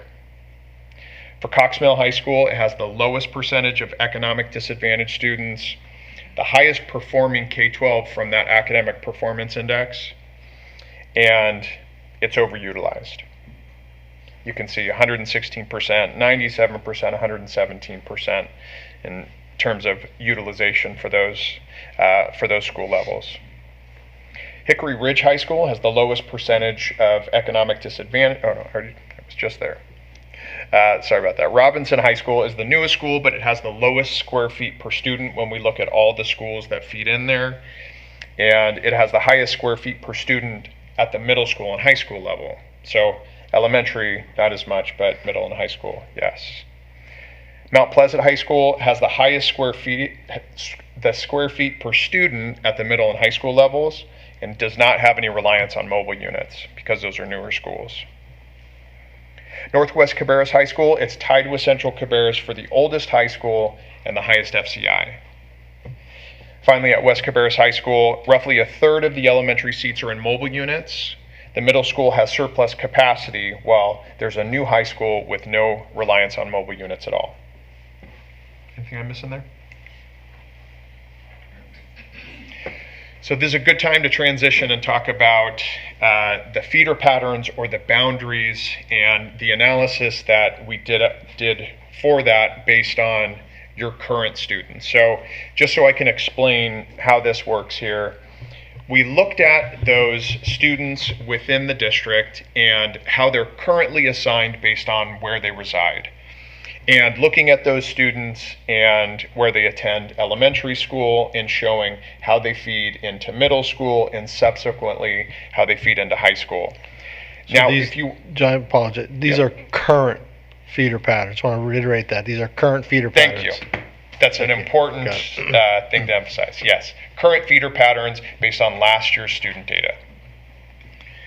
And why this is relevant and why this is important is we want to make sure that we're not just looking at the students, and we'll tell you why in a second here, that go from elementary school to middle school, because it may not tell the whole story of their journey and how those students matriculate together or not together throughout their experience at the district. So, for instance, for Central Cabarrus High, just to show as an example here, 2 middle schools feed into Central Cabarrus High, J.N. Fries and C.C. Griffin.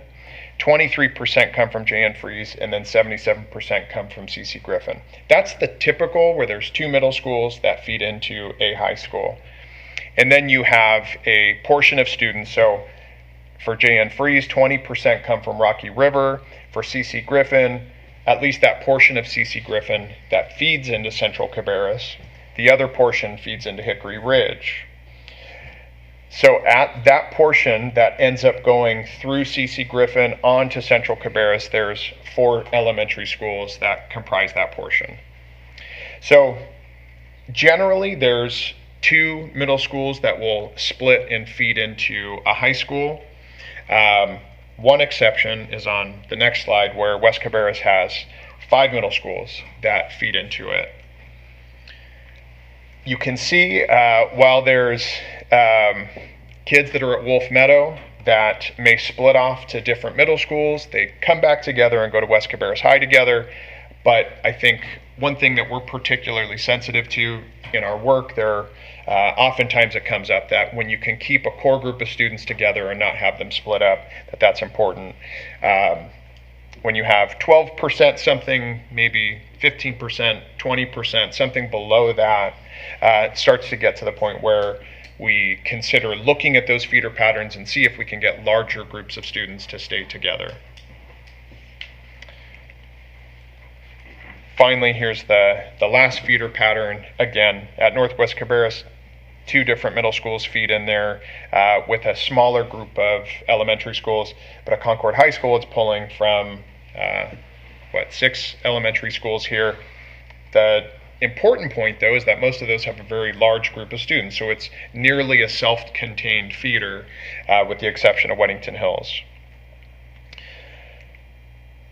So that's our last slide. Happy to answer any question. Yeah. Ms. Escobar. Okay. And just to clarify, these feeder patterns are not including program choice. So they do not. Right. So it's based on location where someone lives. Yes, that's correct. And in your professional opinion, is this ideal? These feeder patterns. Yeah. We can say no.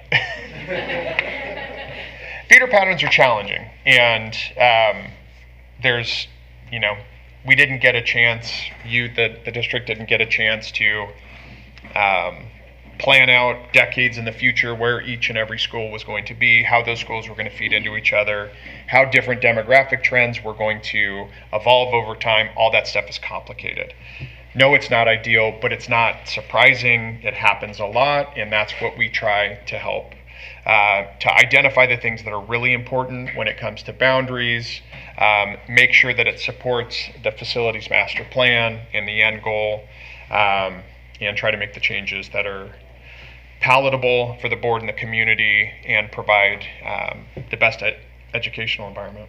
And what is ideal, if I may, is why Justin keeps emphasizing having the facilities master plan first, is that we want to set that long-term roadmap for where your capacity will be at what levels relative to your population, so that when you do a boundary change and feeder realignment, you're doing it once for a good long while, because we enjoy doing this work, but we found not everybody likes doing boundary changes. And so it provides a nice, predictable, long-range map, because you're actually building towards the facilities that you're building to, not as opposed to just scrambling your boundaries when you sort of a la carte have the opportunity to build. And to clarify on facilities master plan, what you mean is, are we going to build new buildings? Yes. Where they need to be, and if certain schools might have to close. It's all of that. It's all of that. That's all. And so facilities is buildings, looking at what buildings we have, which you've already done. So we appreciate that. But so that's why we need to have that first locked in. Yes, ma'am. Before we start talking about where, if your street's going here, your street's going Yes, there. ma'am. And we're going to recommend, as part of our facilities master plan, that your deliverable will have spelled out over the next 10 years, where do we recommend building at what level for what configurations, if there are consolidations, rebuilds, all of that in there, with enough specificity on location to be able to do the boundary work accordingly. I can keep going, right? Okay. I just want to check. So looking at the data, and I know I'm like 10 steps ahead, but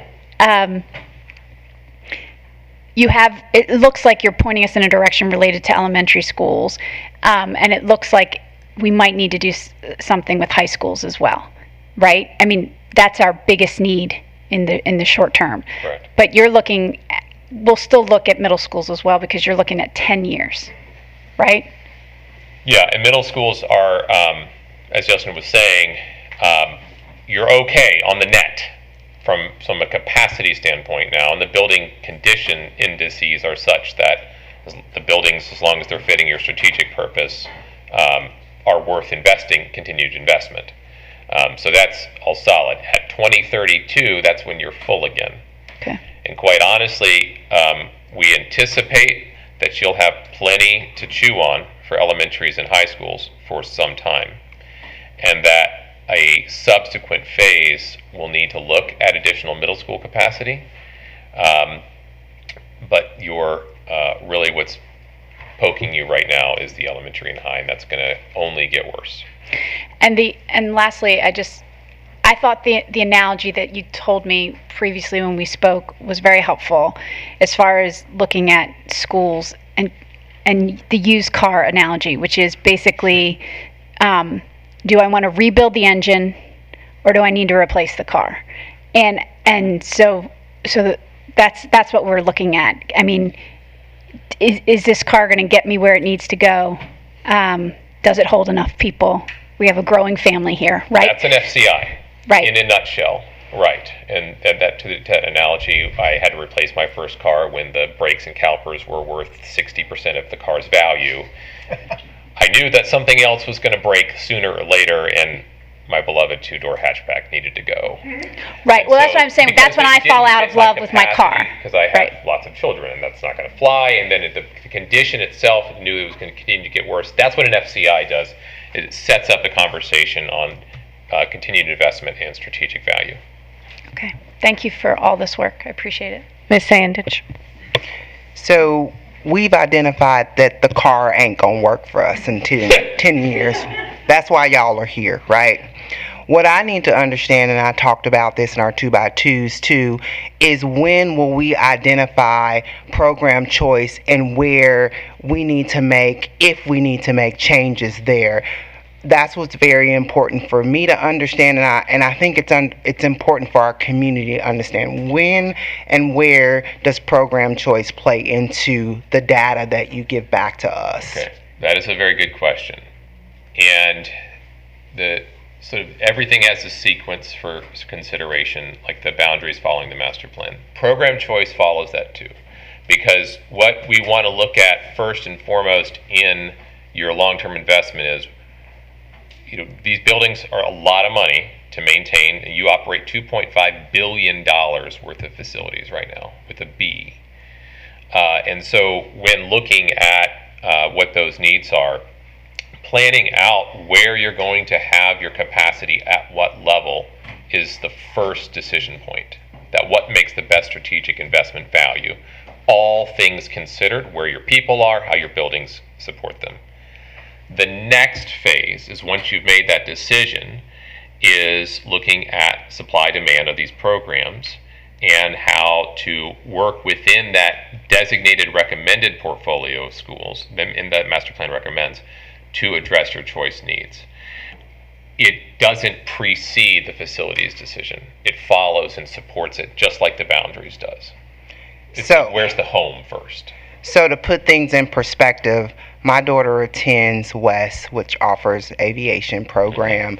You're going to tell us if that should continue in this district as a result of its utilization by students, et cetera, et cetera. And it may be, you may be able to answer it based off of this. What I want to understand and what I want our public to understand is at the end of this process, here is what you are going to give us. Can you break that down into layman's terms? Yeah, so the program, we're not going to say this program should continue or not. We're going to say this building should receive a certain level of investment or not. The programs in it, as far as utilization goes, we're not looking at a program-specific utilization. We're looking at the building itself relative to the population that it serves, agnostic about the program itself at this point. We're not looking at whether or not this school needs to be rebuilt for the program. We're looking at the cost of the deficiencies relative to the replacement value and the population it serves relative to capacity, and does that make sense from all those four different angles?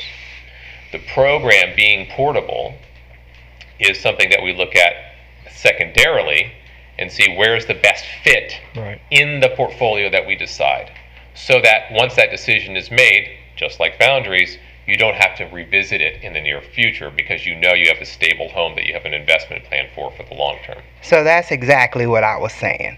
If aviation is going to stay at West Cabarrus, not if we're doing away with it, but if it's going to stay there, that's the type of recommendations.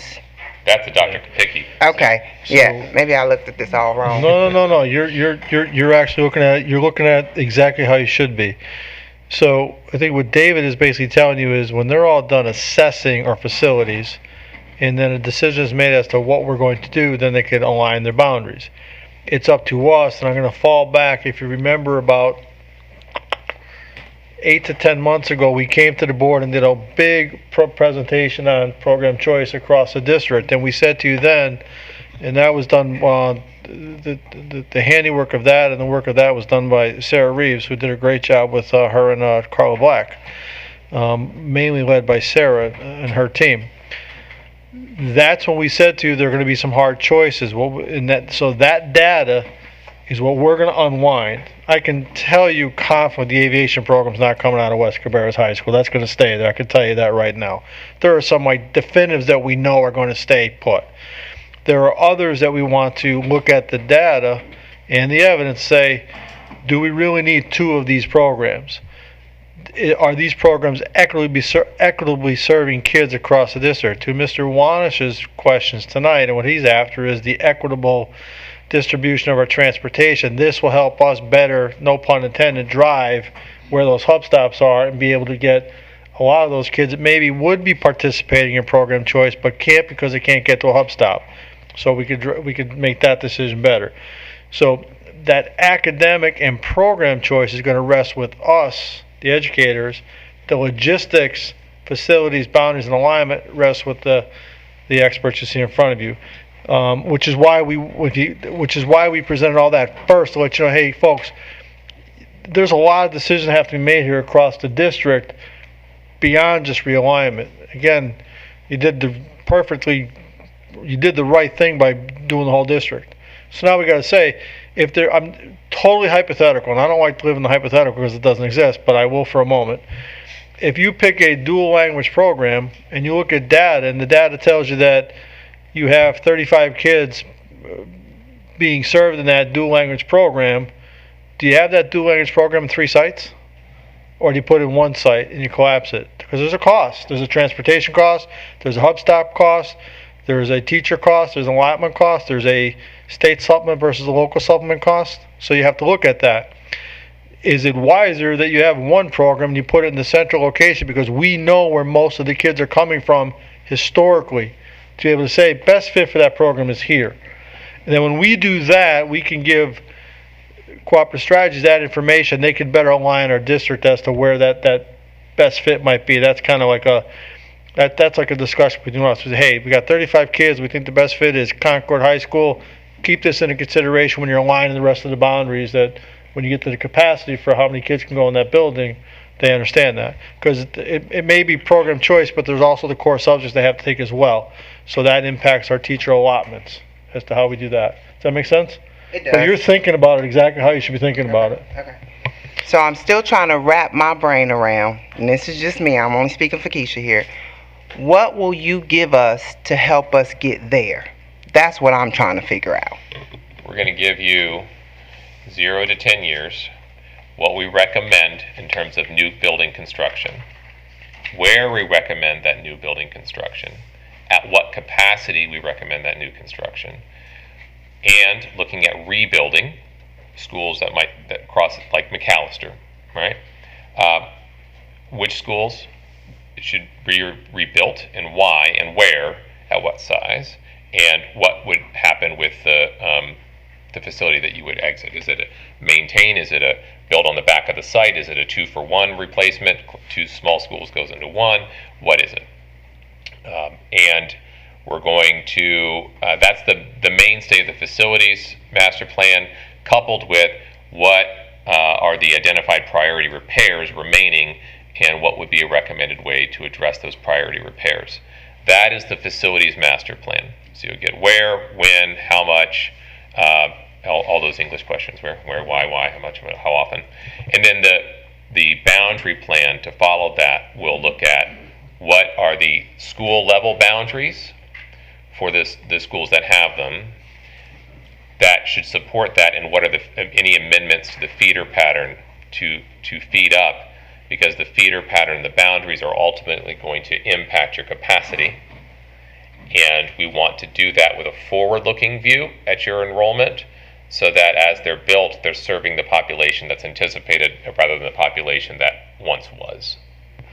I'm in the car on the road trip with you now. Thank you. Yes, ma'am. I'll just add that.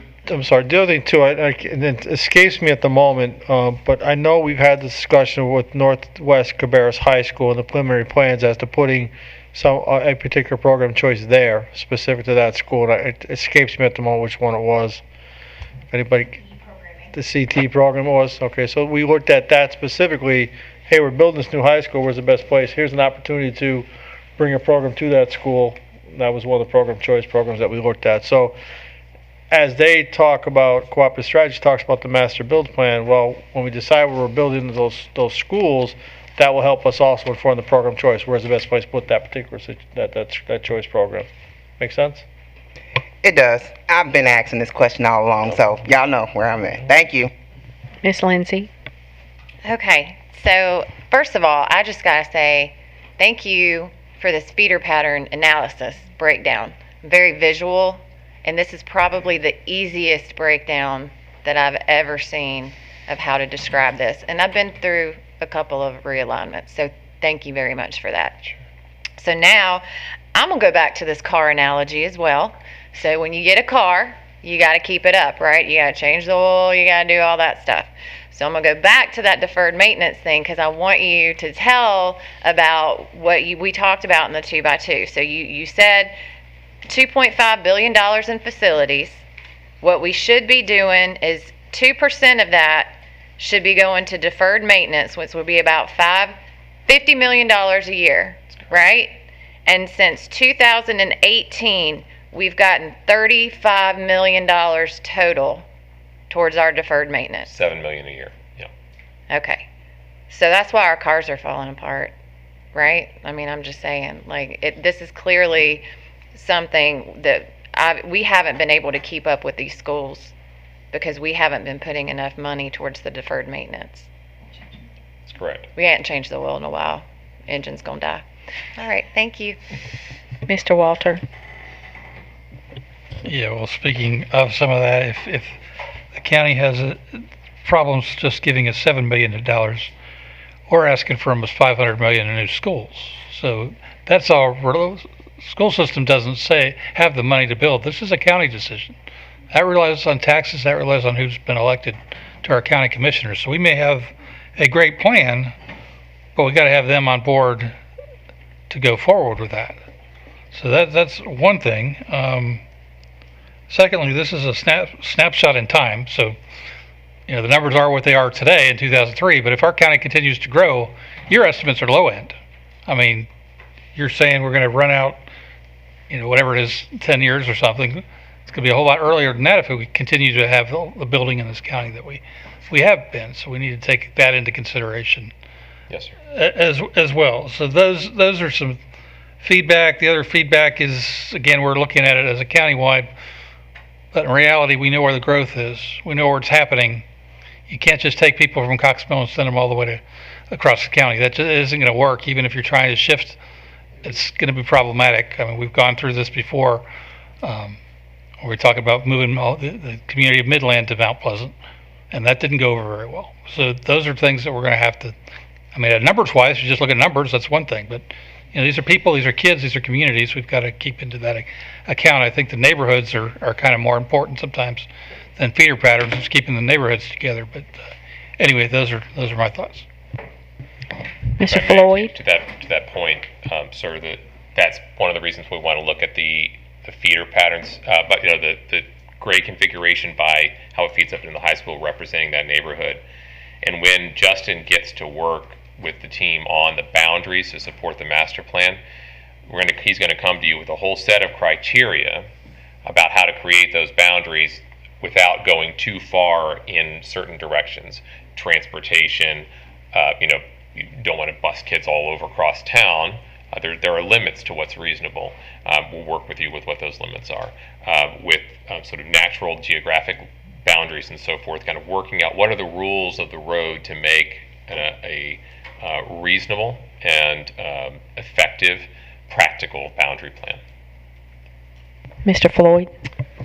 Thank you. And further compound on Mr. Walters, and again, I've been on the board for almost 2 hours, so I probably am already ahead of most folks on these things. So the first thing I want to ask about is where can I get more information on where we're getting our data for the projections?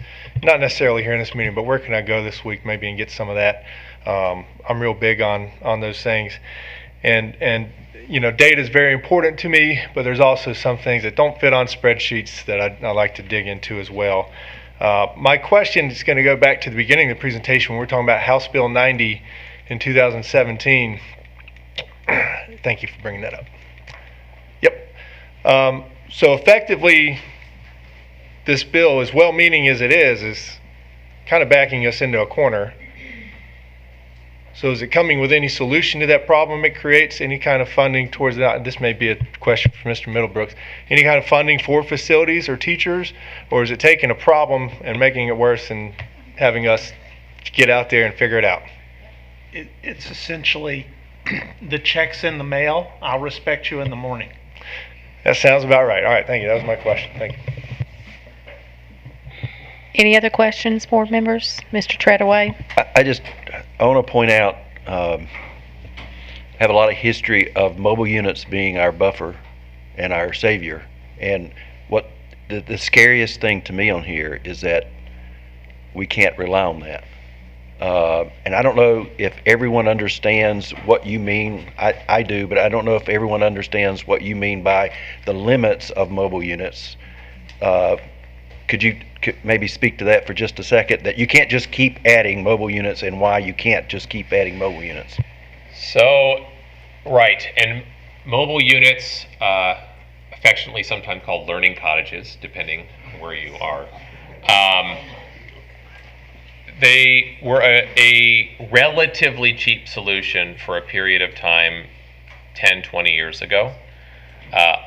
Nationwide, for districts like yourselves who are growing, but for whatever reason didn't have access to the money for permanent capacity. Part of the challenge is they have half or less than half of the life cycle of permanent structures.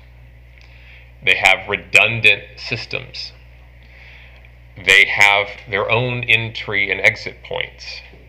They take up additional site, green space, and so forth.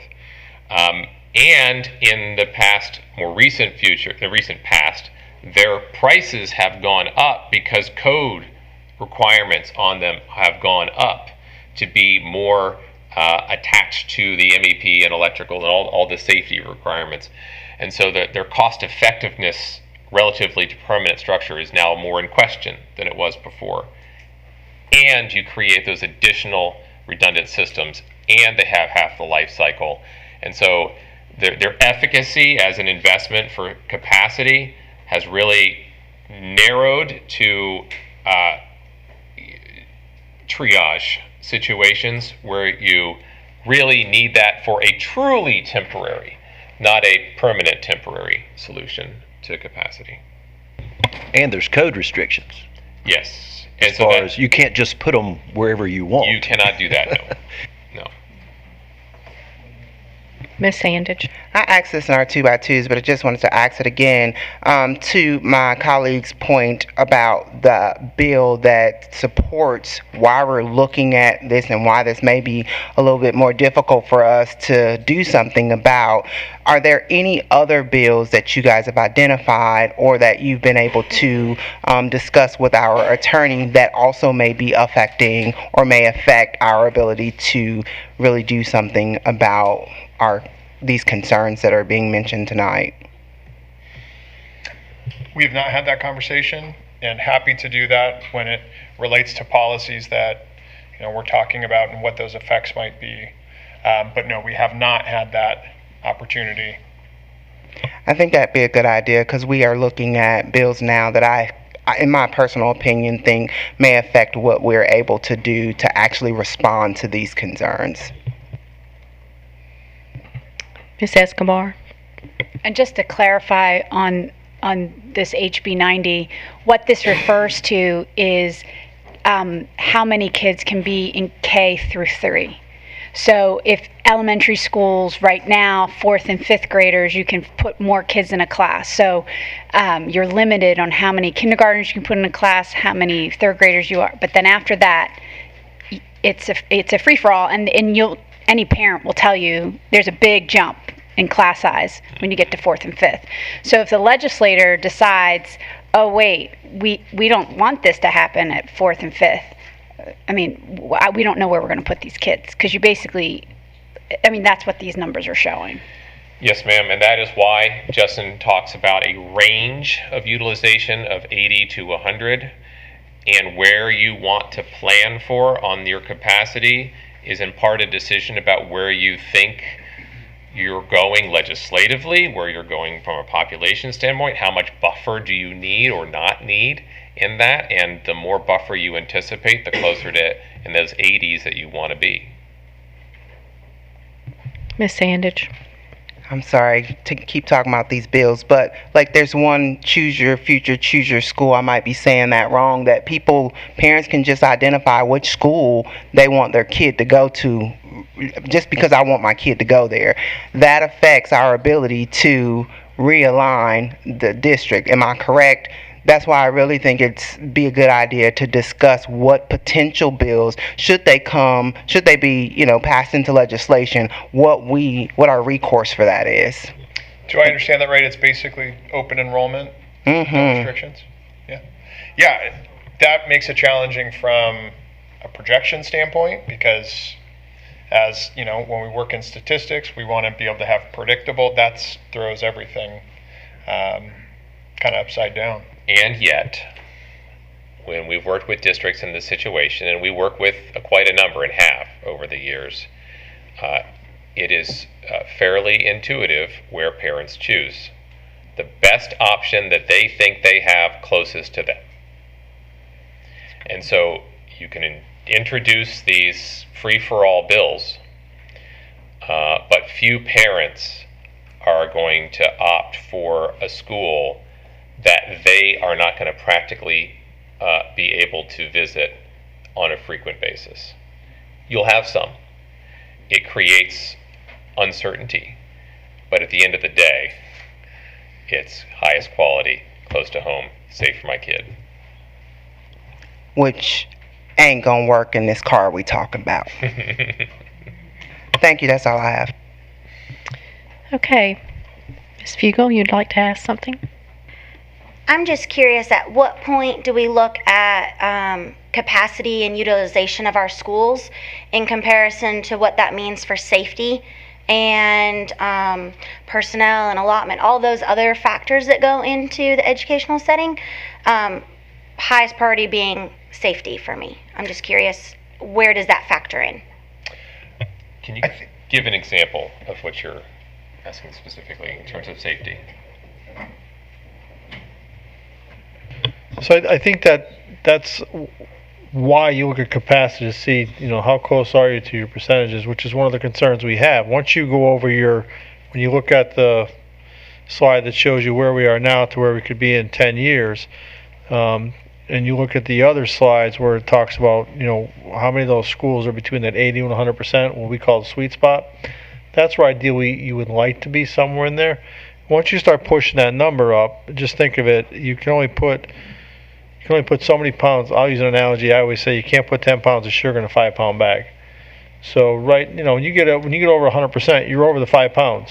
You're trying to squeeze more sugar into that bag than you really can. So that's why these numbers are so important, so significant. That's why when Cooperative Strategy shares with you the capacity and enrollment numbers from a district, elementary, middle, and high school, it's important to look at that, not just the FCI score, which is the financial impact on the school in one large sense, but it's also the number of kids are in that building. Once you start putting excess of capacity, what it was built for, you start having concerns about safety, which is why then you have, as a district historically, done some realignments because you've capped schools, right? Just at some point. You do that because you can't put that many kids in the building because the number one thing always, first and foremost, is safety. And that's why you're doing that. So, again, to the board's credit, when now we're into a district-wide, let's look at the whole big picture to get this as strong as we can right now. To Rob's point, we're probably being conservative on numbers. We're working with the data that we have, which are the live births, the census information. Francis is getting a lot of that information to Mr. Floyd's question, and I'll be more specific about that in the future with you. But all that goes into consideration when you're taking a look at it. The bottom line here, what people have to understand, whether they like it or not, we are going to run out of room. That's not an if or maybe. It's going to happen. And we have to keep that safety conversation, which is a great question, and all the other questions on the table, and continue to talk about that, because you can't, it's best for kids, right? So if we're doing what's best for kids, these are going to be some very difficult conversations that we have to engage in. And I'm going a little bit off track, but that's the why behind it, if that makes sense to you. So that's why you look at that capacity, and you look at the different ways to look at capacity and the different projections. And if I may, if you look at those stacked bars, the blue bar relative to the population behind it is how many kids the entire building was planned for.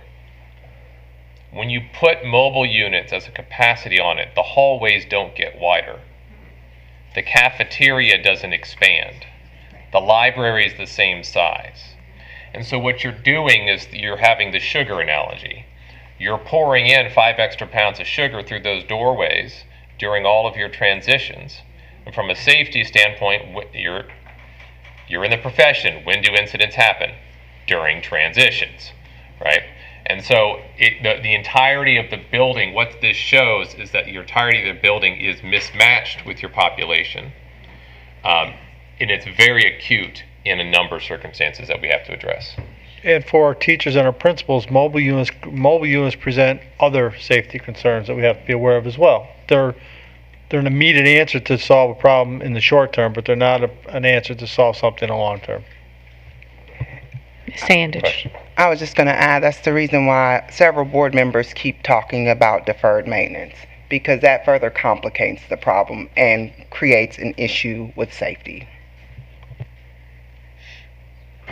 Any other questions? Okay. Thank you very much for the presentation. Thank you. Board members, we'll move to 9.01, the consent agenda. I'll need a motion to approve the consent agenda as presented. So moved. I need a second. Second. I have a motion by Ms. Lindsay, a second by Mr. Treadaway. Is there any discussion, board members, about the consent agenda? Mr. Floyd, have you reviewed those items? I have, yes. Okay, hearing none, all those in favor of approving the consent agenda as presented, say aye. Aye. Opposed? The consent agenda is approved. Board members will move to 10.01, our participant learning with Dr. Michael Williams and Mr. Phil Penn. Welcome. Good evening. Good evening. So we had some questions last week that we sent responses to, but we are open to any other questions that you all might have. Any discussion about that, Mr. Walter? So how many teachers are we talking? We have about 100, right at 100 participate teachers. The 1.5 million, is that per year? That is the cost per year. That's the amount that we would roll over. And you get the 100 teachers for that. Mm-hmm. Any other questions? Okay, board members, I need a motion to approve the participant learning. So moved. I have a motion by Ms. Sandage, a second by Ms. Lindsay. All those in favor of approving this, say aye. Aye. Opposed? The ayes have it. Thank you.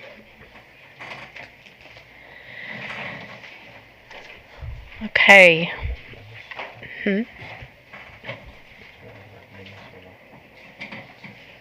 So we're going to move to 10.02, which has been changed. It's now the facility name change. And is Mr. Tyson in the room?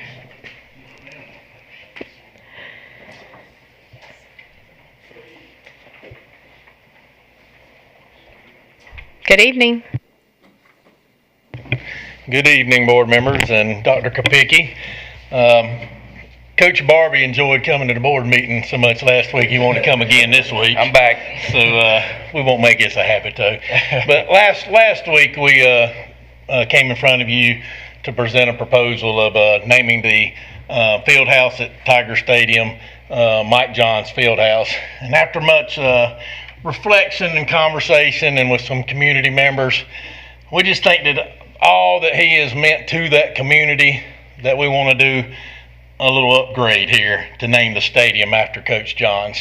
And I'll let Coach Barbie elaborate on it a little bit more, but we would like to have our audience, I know we got 1 million viewers on YouTube, but we'd like for them to kind of keep it quiet, you know, so hopefully Coach Johns isn't listening to this so that we can surprise him of that on Friday night.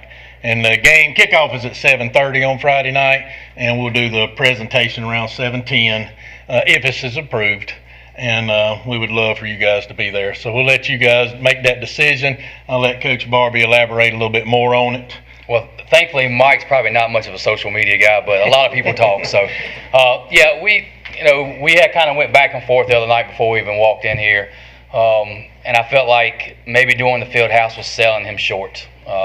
Mike's a great man, and I explained that last time, and all y'all know him. But he means a lot to the community, to our school. He's his second winningest coach, again, like I said, behind the great E.Z. Smith. I think Mike deserves this honor.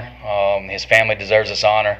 And I think our community would really support the fact that if you would pass this tonight, that I think Tiger Town would be blazing tonight down on 73 in Maine. I agree. Board members, any discussion? Ms. Escobar? Thank you.